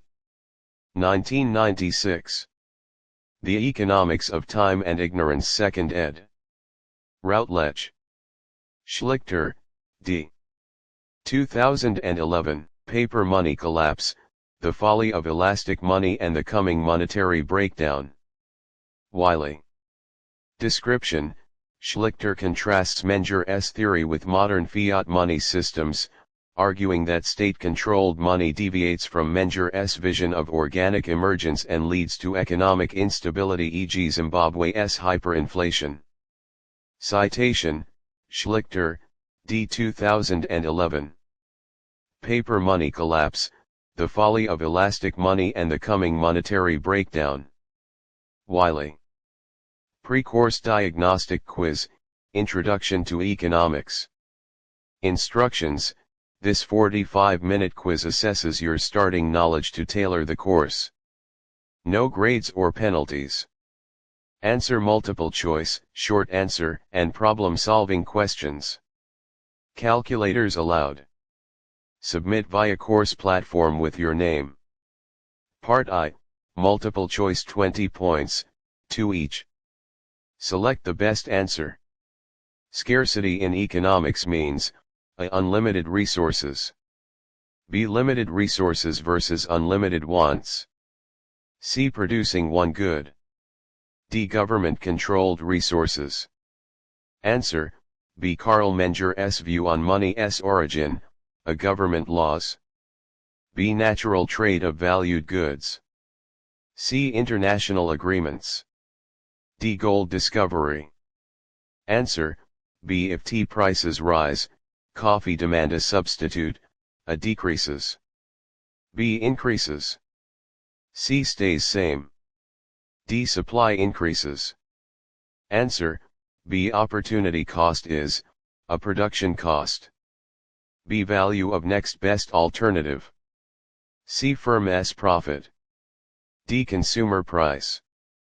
Answer: B. Macroeconomic indicator, A. car price. B. National unemployment rate. C. Firm's costs. D. Consumer budget. Answer: B. Central bank's role in fiat system, A. Print gold-backed currency. B. Manage money supply interest rates. C. Set prices. D. Tax consumers. Answer: B. In perfect competition, firms, A. Set high prices. B. Produce where marginal cost equals price. C. Control supply. D. Face high barriers.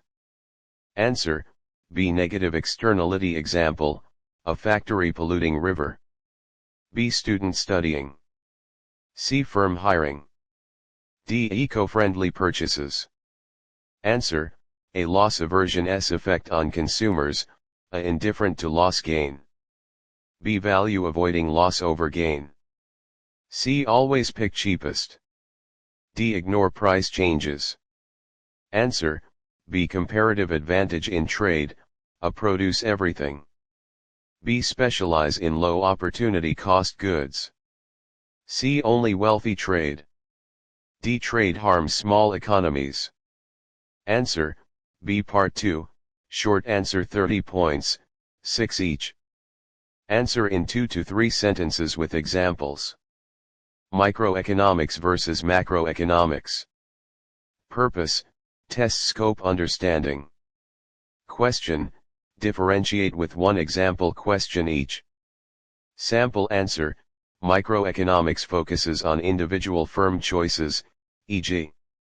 Why does a cafe raise prices? Macroeconomics studies the whole economy, e.g. What causes national inflation? Menger S. Natural money emergence. Purpose, assess Menger S. theory application. Question, explain Menger S. view with a historical example. Sample answer, Menger believed money emerged as traders chose widely accepted goods like shells, without state intervention. In ancient Mesopotamia, barley became money due to its value and storability. Plastic bag tax impact. Purpose, evaluate supply-demand and ecological economics. Question, how does a plastic bag tax affect supply-demand? Describe one outcome. Sample answer, a tax raises production costs, shifting supply left, increasing prices, and reducing demand as consumers switch to reusable bags. Ireland's 2002 tax cut bag use by 90%. Loss aversion in subscriptions. Purpose, test behavioral economics. Question, how does loss aversion affect keeping a streaming subscription post-price hike? Sample answer, loss aversion makes consumers fear losing access to shows, so they keep subscriptions despite price hikes. Many Netflix users stayed after 2023 increases due to this bias. Comparative advantage benefit. Purpose, assess trade principles. Question, why does comparative advantage benefit trade? Give an example. Sample answer, countries gain by specializing in low opportunity cost goods. Mexico trades avocados for U.S. tech, increasing total goods for both. Part 3, problem solving 20 points, 10 each. Show work reasoning. Graphing supply-demand. Scenario, apples at £2, 100 pounds sold weekly. A superfood study boosts demand. Tasks, A. Explain demand curve shift and new equilibrium supply constant. B. Describe graph with axes, original P1, Q1, and new P2, Q2 equilibria. C. Name another demand shift factor. Purpose, test market dynamics and graphing. Sample answer, a demand shifts right, raising price e.g. 2.50 and quantity e.g. 120 pounds. B. Graph, x-axis quantity, y-axis price. D1 and S intersect at P1 equals 2, Q1 equals 100 E1. D2 shifts right, intersects S at P2 equals 2.50, Q2 equals 120 E2. C. Higher consumer income increases demand. Opportunity cost calculation. Scenario, 2 hours to work 15 HR or attend a free workshop valued at 40. Tasks, A. Calculate opportunity cost of workshop. B. Choose based on economic reasoning. C. Explain loss aversion S influence. Purpose, test opportunity cost and behavioral economics. Sample answer, A. Opportunity cost equals 32 times 15. B. Attend workshop, 40 value 30 cost, maximizing utility. C. Loss aversion may prioritize 30 income, as losing it feels worse than gaining knowledge. Part 4, Open-ended 10 points. Question: in a barter community, explain how one item might become money per Menger's theory. What characteristics make it likely? How do brain processes trust, reward valuation influence this purpose? Test Menger's theory and neuroeconomics synthesis. Sample answer: salt might become money due to its value, durability, and divisibility, per Menger's natural emergence theory.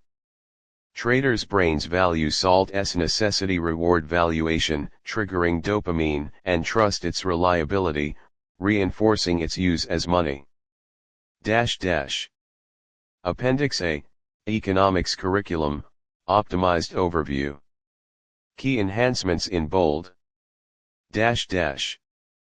Module 1, Foundations of Economic Thinking. Objective: teach scarcity, opportunity cost, and economic models through behavioral ecological lenses. Enhancements. 1. Behavioral economics. Concept: loss aversion. Kahneman and Tversky, 1979. Case study: the student budget crisis. Scenario: choose between buying a textbook 80 or concert tickets 80. Activity: interactive quiz with real-time feedback. If you pick the concert, what's the opportunity cost? Hint: it's not just 80. Visual: decision tree infographic showing short-term versus long-term trade-offs. 2. Ecological economics. Concept: environmental externalities as scarcity. Case study: California's water wars. Scenario: farmers versus ecosystems in drought years. Activity: drag and drop simulation allocating water, e.g. 60% agriculture, 40% rivers. Visual: animated map showing aquifer depletion over 10 years. 3. Accessibility. Primer: economics in plain English, e.g. scarcity equals 1 pizza for 10 hungry friends. Glossary tooltip: hover over definitions for terms like externality, hidden costs, like pollution. Assessment. Exam: explain loss aversion using the textbook versus concert example. Discussion: should water allocation include ecosystems as stakeholders? Resources: Kahneman and Tversky, 1979 plus 2-minute video summary. Core Econ's Scarcity Simulator linked in LMS. Module 2, Supply and Demand, Beyond the Basics. Objective: analyze markets with behavioral framing and ecological externalities. Enhancements. 1. Behavioral angle. Concept: framing effects. Levin et al. 1998. Case study: the 90% fat-free myth. Scenario: labeling ground beef as 90% fat-free boosted sales by 15% vs. 10% fat. Activity: design your own label simulation. Students A/B test slogans. 2. Ecological angle. Concept: market failures via externalities. Case study: Ireland's plastic bag tax. Scenario: 90% usage drop after a 0.50 tax. Convery et al. 2007. Activity: graph equilibrium shift with step-by-step GIF tutorial. 3. Accessibility. Analogy: supply-demand equals tug-of-war between buyers and sellers. Scenario guide: lemonade stand wars, e.g. price hikes in a heat wave. Assessment. Exam: calculate the deadweight loss of Ireland's tax using a supply-demand graph. Debate: is 90% fat-free labeling deceptive or smart marketing? Resources: pre-built Excel template for tax calculations. World Bank dataset on global plastic bag policies. Module 3, Consumers, Firms, and Sustainability. Objective: Analyze decisions with behavioral biases and ecological costs. Enhancements. 1. Behavioral angle. Concept, endowment effect. Thaler, 1980.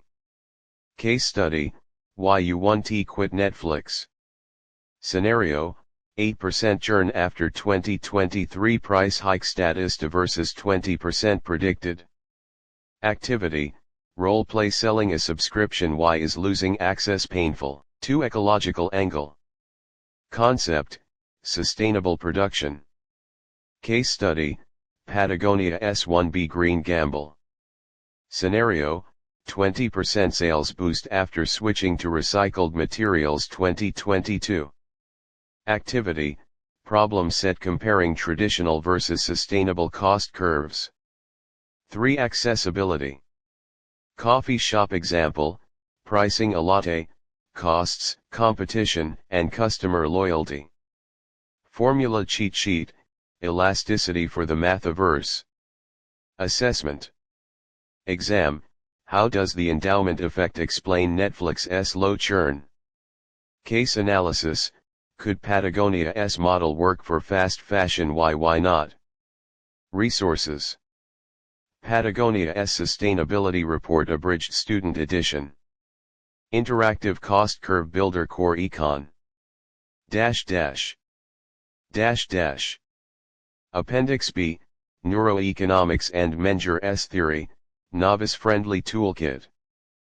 Purpose, use brain science and economic history to explain how trust and decisions shape money, markets, and modern systems. 1 Neuroeconomics Primer 90 minutes. Objective, teach brain-driven decision-making and Menger's theory with zero prior knowledge. Key upgrades. Replace neural correlates with brain signals, e.g. your brain's like button for good deals. Unified case study, the snack trade revolution school cafeteria example threaded through the primer. Content. 1 Neuroeconomics Basics. Dopamine-driven choices. Example, choosing pizza over salad triggers dopamine reward signal. Activity, pizza or salad quiz with instant feedback, e.g. your brain craves quick rewards. Loss aversion. Example, holding onto a 10 bill feels safer than investing. Visual, side-by-side fMRI scans of brain activity during gains versus losses. 2 Menger's theory simplified. Money as a trust token. Example, cafeteria students adopt gum as money because everyone trusts its value. Activity, build your own money game. Students pick trust tokens from items like pencils, stickers, or erasers. Format. 7-minute animated video, from caveman barter to Bitcoin Khan Academy style. Interactive timeline, drag and drop evolution of money barter shells coins digital. Accessibility. Analogies. Dopamine equals brain's high five for good choices. Menger's money equals cafeteria gum everyone agrees on. Tooltip glossary, hover over definitions, e.g. fiat money equals government's trust token. Assessment. Pre-post quiz. Question, why did students pick gum over pencils as money? Target, 85% correct post-quiz versus 40% pre-quiz. 2 Enhanced Module 1, Scarcity, Brain Signals and Money. Objective, show how scarcity forces trade-offs shaped by brain chemistry and trust. Key upgrades. Unified case study, Mesopotamia's shell money replaces disjointed examples. Content. 1 Scarcity and trade-offs. Example, ancient traders chose shells over barley for portability. Activity, trade or starve simulation, barter goods in a drought-stricken village. 2 Neuroeconomics in action. Reward valuation. Example, traders' brains preferred shells dopamine for rare items. Visual, fMRI heat map showing shell trades versus barley trades. Loss aversion. Example, fear of losing shells made traders negotiate fiercely. 3 Menger's theory applied. Trust loop. Shells trust more trades shells as money. Activity, trust meter game rate traders reliability in simulation. Assessment. Exam question, how did brain signals and scarcity create Mesopotamian money? Discussion, would Bitcoin work in ancient Mesopotamia? Why not? Resources. 5-minute video, Your Brain on Barter Core Econ. Interactive map, trade routes and shell popularity. 3 interactive tutorials gamified learning. Objective, turn complex ideas into bite-sized games. Tutorial 1, Brain versus Budget. Scenario, manage a coffee shop using dopamine and loss aversion. Example, price hikes scare customers loss aversion, but loyalty points boost sales dopamine. Mechanics. Drag and drop pricing decisions with real-time revenue updates. Visual, dopamine meter rises with good choices. Assessment, calculate profit changes after a 0.50 price hike. Tutorial 2, Menger's Money Maker. Scenario, build a currency from scratch in a virtual village. Example, choose gold durable versus fish perishable as money. Mechanics. Trade success depends on villager trust Menger's theory. Visual, trust glow around chosen money. Assessment, short essay, why did villagers reject fish? Accessibility. Voice guidance, nudge players toward key concepts. Beginner mode, simplified math for calculations. 4 progressive case studies simple complex. Objective, build mastery through relatable, escalating examples. Case study neuroeconomics focus Menger's connection activity. 1 Cafeteria gum dopamine rewards organic trust in gum design a cafeteria currency. 2 Shell money loss aversion in trade scarcity shells as money simulate ancient marketplace. 3 Bitcoin risk reward neural triggers decentralized trust debate, is Bitcoin money? Assessment. Quiz, how are cafeteria gum and Bitcoin similar? Essay, does your brain trust Bitcoin use Menger's theory? 5 Final project, build a neuromenger currency. Prompt, create a currency for a fictional society using 1 Neuroeconomic principles, how will brain signals dopamine, loss aversion drive adoption? 2 Menger's theory, how will trust emerge without government? Example. Currency, forest tokens for a post-apocalyptic tribe. Neuroeconomic hook, tokens rewarded for bravery dopamine. Menger's link, tokens gain value through shared survival needs. Deliverable. 5-minute pitch video or presentation. Visual, brain scan overlay showing tribe's trust in tokens. Grading rubric. Clarity 30%. Neuromenger integration 40%. Creativity 30%. 6 Implementation and evaluation. Timeline. Month 1, pilot tutorials case studies with 30 novices. Month 2, add Ask Menger AI chatbot for Q&A. Month 3, launch leaderboard for gamified tutorials. Success metrics. 85% plus completion rate for tutorials. 20% increase in post-quiz scores. 90% plus satisfaction on clarity of brain money link surveys. Resources. Khan Academy Microcourse, Neuroeconomics 101.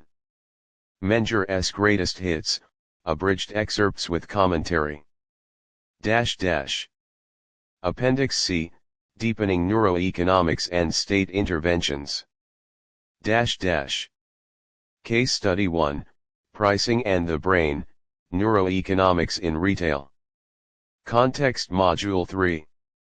Problem: how do neural processes like dopamine release influence pricing strategies, and how can businesses leverage this? Case examples. 1. Supermarket loss framing Knudsen et al. 2007. Scenario: a study showed shoppers spent 30% more when products were labeled Save 5 vs. 5 discount. Mechanism: fMRI scans revealed heightened amygdala activity, fear of loss when discounts were framed as missing out. 2. Amazon's Dynamic Pricing Statista, 2023. Scenario: algorithm-driven price changes e.g. surge pricing for trending products boosted revenue by 25%. Mechanism: dopamine spikes in customers anticipating scarcity, e.g. only 2 left in stock. 3. Ancient shell money Davies, 1994. Scenario: cowrie shells were used as currency in Africa-Asia due to their rarity and perceived reward value. Activities and outcomes. Pricing simulation: students design a neuro-informed pricing strategy for a fictional product, e.g. limited edition headphones. Problem set: calculate demand elasticity shifts if a product's price is framed as a loss versus a gain. Assessment. Exam question: explain how Menger's theory of money's organic emergence aligns with Amazon's dynamic pricing. Case analysis: critique the ethics of neuroeconomic tactics in retail. Accessibility. Simplified terms: dopamine equals brain's reward chemical. Infographic: a flowchart linking price tag brain reaction purchase decision. Case Study 2, Organic Money versus State Power, the Battle for Control.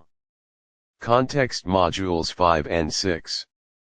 Problem: can Menger's theory of money's organic origins coexist with modern state interventions like central banking? Case examples.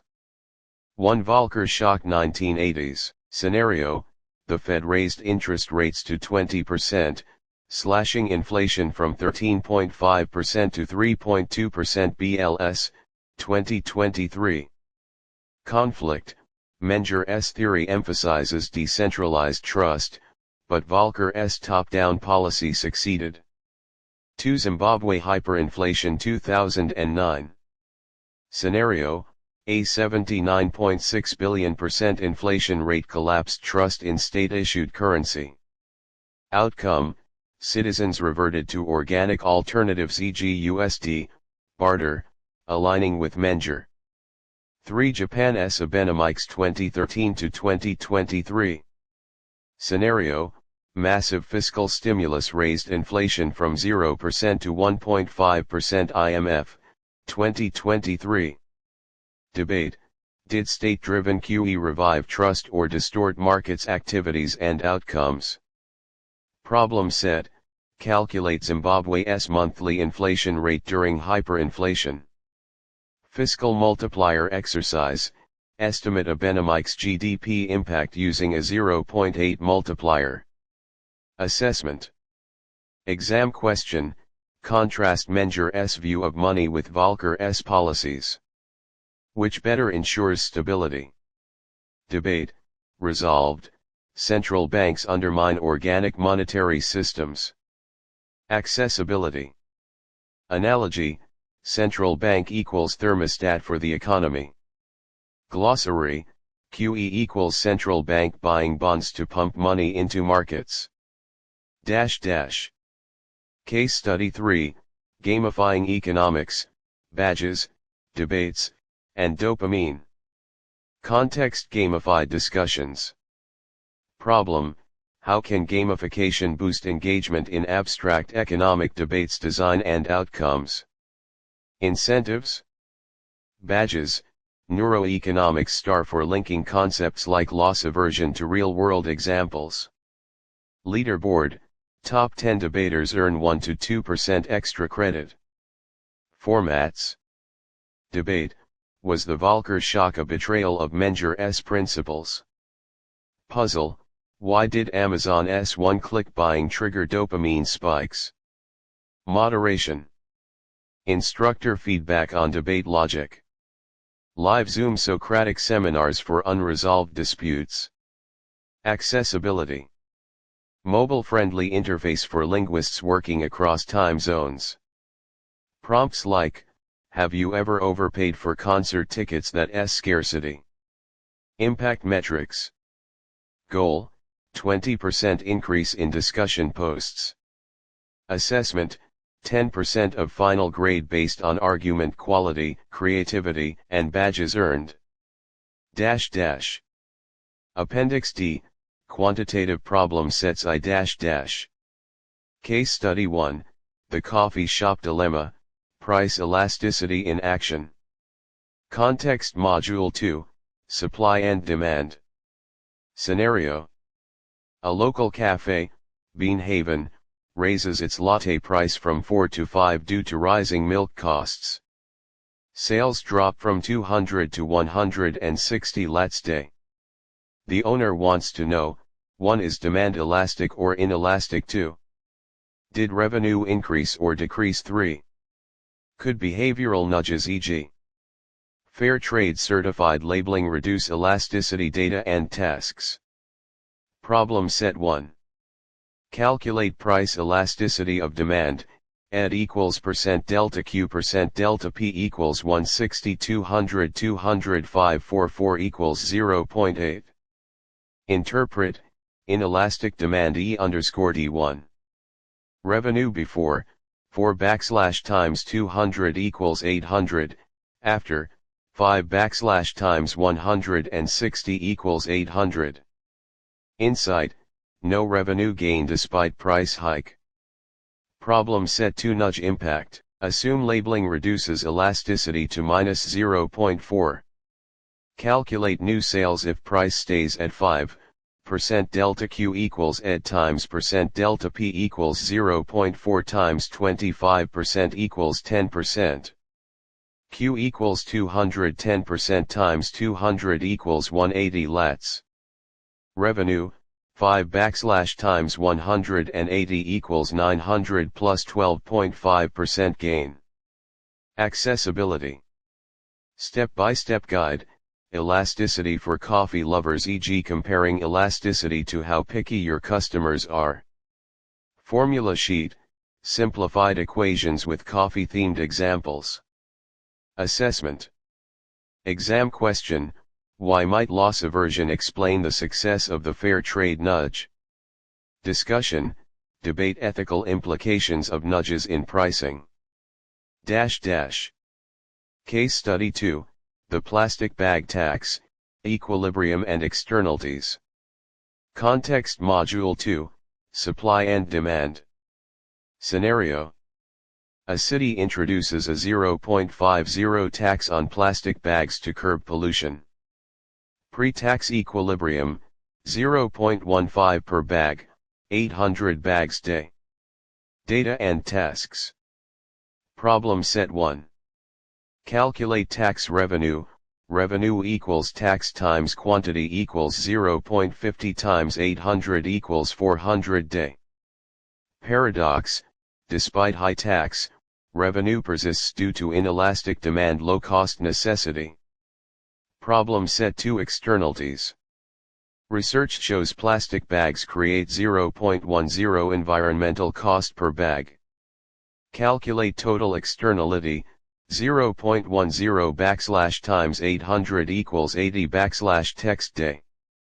Policy debate, should the tax equal the externality 0.10 or stay at 0.50? Accessibility. Analogy, equilibrium equals balancing scales of buyer-seller interests. Scenario guide, why your grocery habits might not change. Assessment. Exam question, graph the tax's impact on equilibrium and deadweight loss.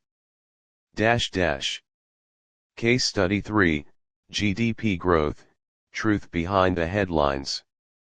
Context Module 4, Macroeconomic Principles. Scenario. Country X reports nominal GDP rising from 500B to 550B 10%, but the GDP deflator increases from 100 to 105. Data and tasks. Problem set 1. Calculate real GDP growth. Real GDP equals nominal GDP deflator times 100. Year 1, 500B 100 times 100 equals 500B. Year 2, 550B 105 times 105 23.8B. Growth, 523.8500500 times 104.76%. Insight, inflation masks lower real growth. Problem set 2 Behavioral angle. Discuss how herd behavior might inflate nominal GDP, e.g. speculative real estate bubbles. Accessibility. Analogy, nominal GDP equals your paycheck before taxes, real GDP equals what you actually spend. Excel template, pre-built sheet for GDP calculations. Case study 4, Inflation versus Green GDP, Rethinking Progress. Context Module 4, Macroeconomic Principles. Scenario. Country Y's CPI rises from 120 to 126.5% inflation, while GDP is 1T. However, environmental costs total 50 per year. Data and tasks. Problem set 1. Calculate green GDP. Green GDP equals 1T 50B equals 950B. Compare to inflation adjusted GDP. Problem set 2 Policy design. Propose a carbon tax to internalize 50% of environmental costs. Calculate tax rate, 25B 1T GDP equals 2.5%. Assessment, exam question, why might green GDP better reflect well-being than traditional GDP? Discussion, can carbon taxes align Menger's organic markets with state goals?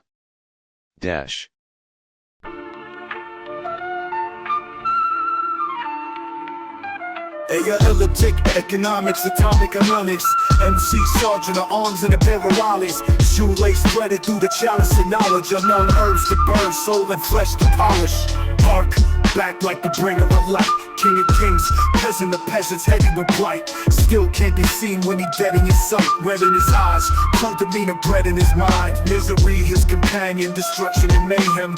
Same one that held hands with Abraham, calling Jovito on the sheik. J.O.L.A.L.F, our food we shall eat. Our mission, by any means we shall complete. On the night when the stars disappear, ravishing rich back shooting through the heavens. Call me the usher, the star of the Mac 11s. Another word for dead zombie, an angel. He left a suicide note that was signed in blood. Said he missed a home or where he came from, and I knew that he meant all of the above. Doom said to let him hold something, stove in the cold frontin', known for the low stumbling. He wrote the book on how to make a bomb, like a tourist, known to be the first to say salam.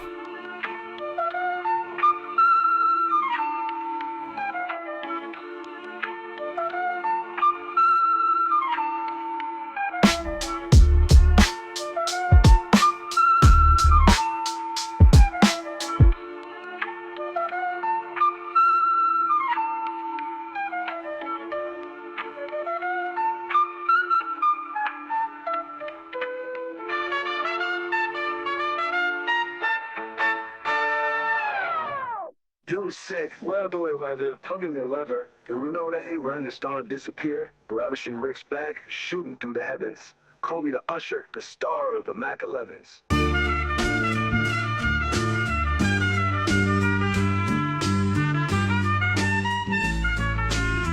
Another word for dead zombie, an angel. He left a suicide note that was signed in blood. Said he missed a home or where he came from, and I knew that he meant all of the above. Doom said to let him hold something, stove for them cold frontin', nose for the low stumble. He wrote the book on how to make a bomb. Like a tourist, known to be the first to say salam.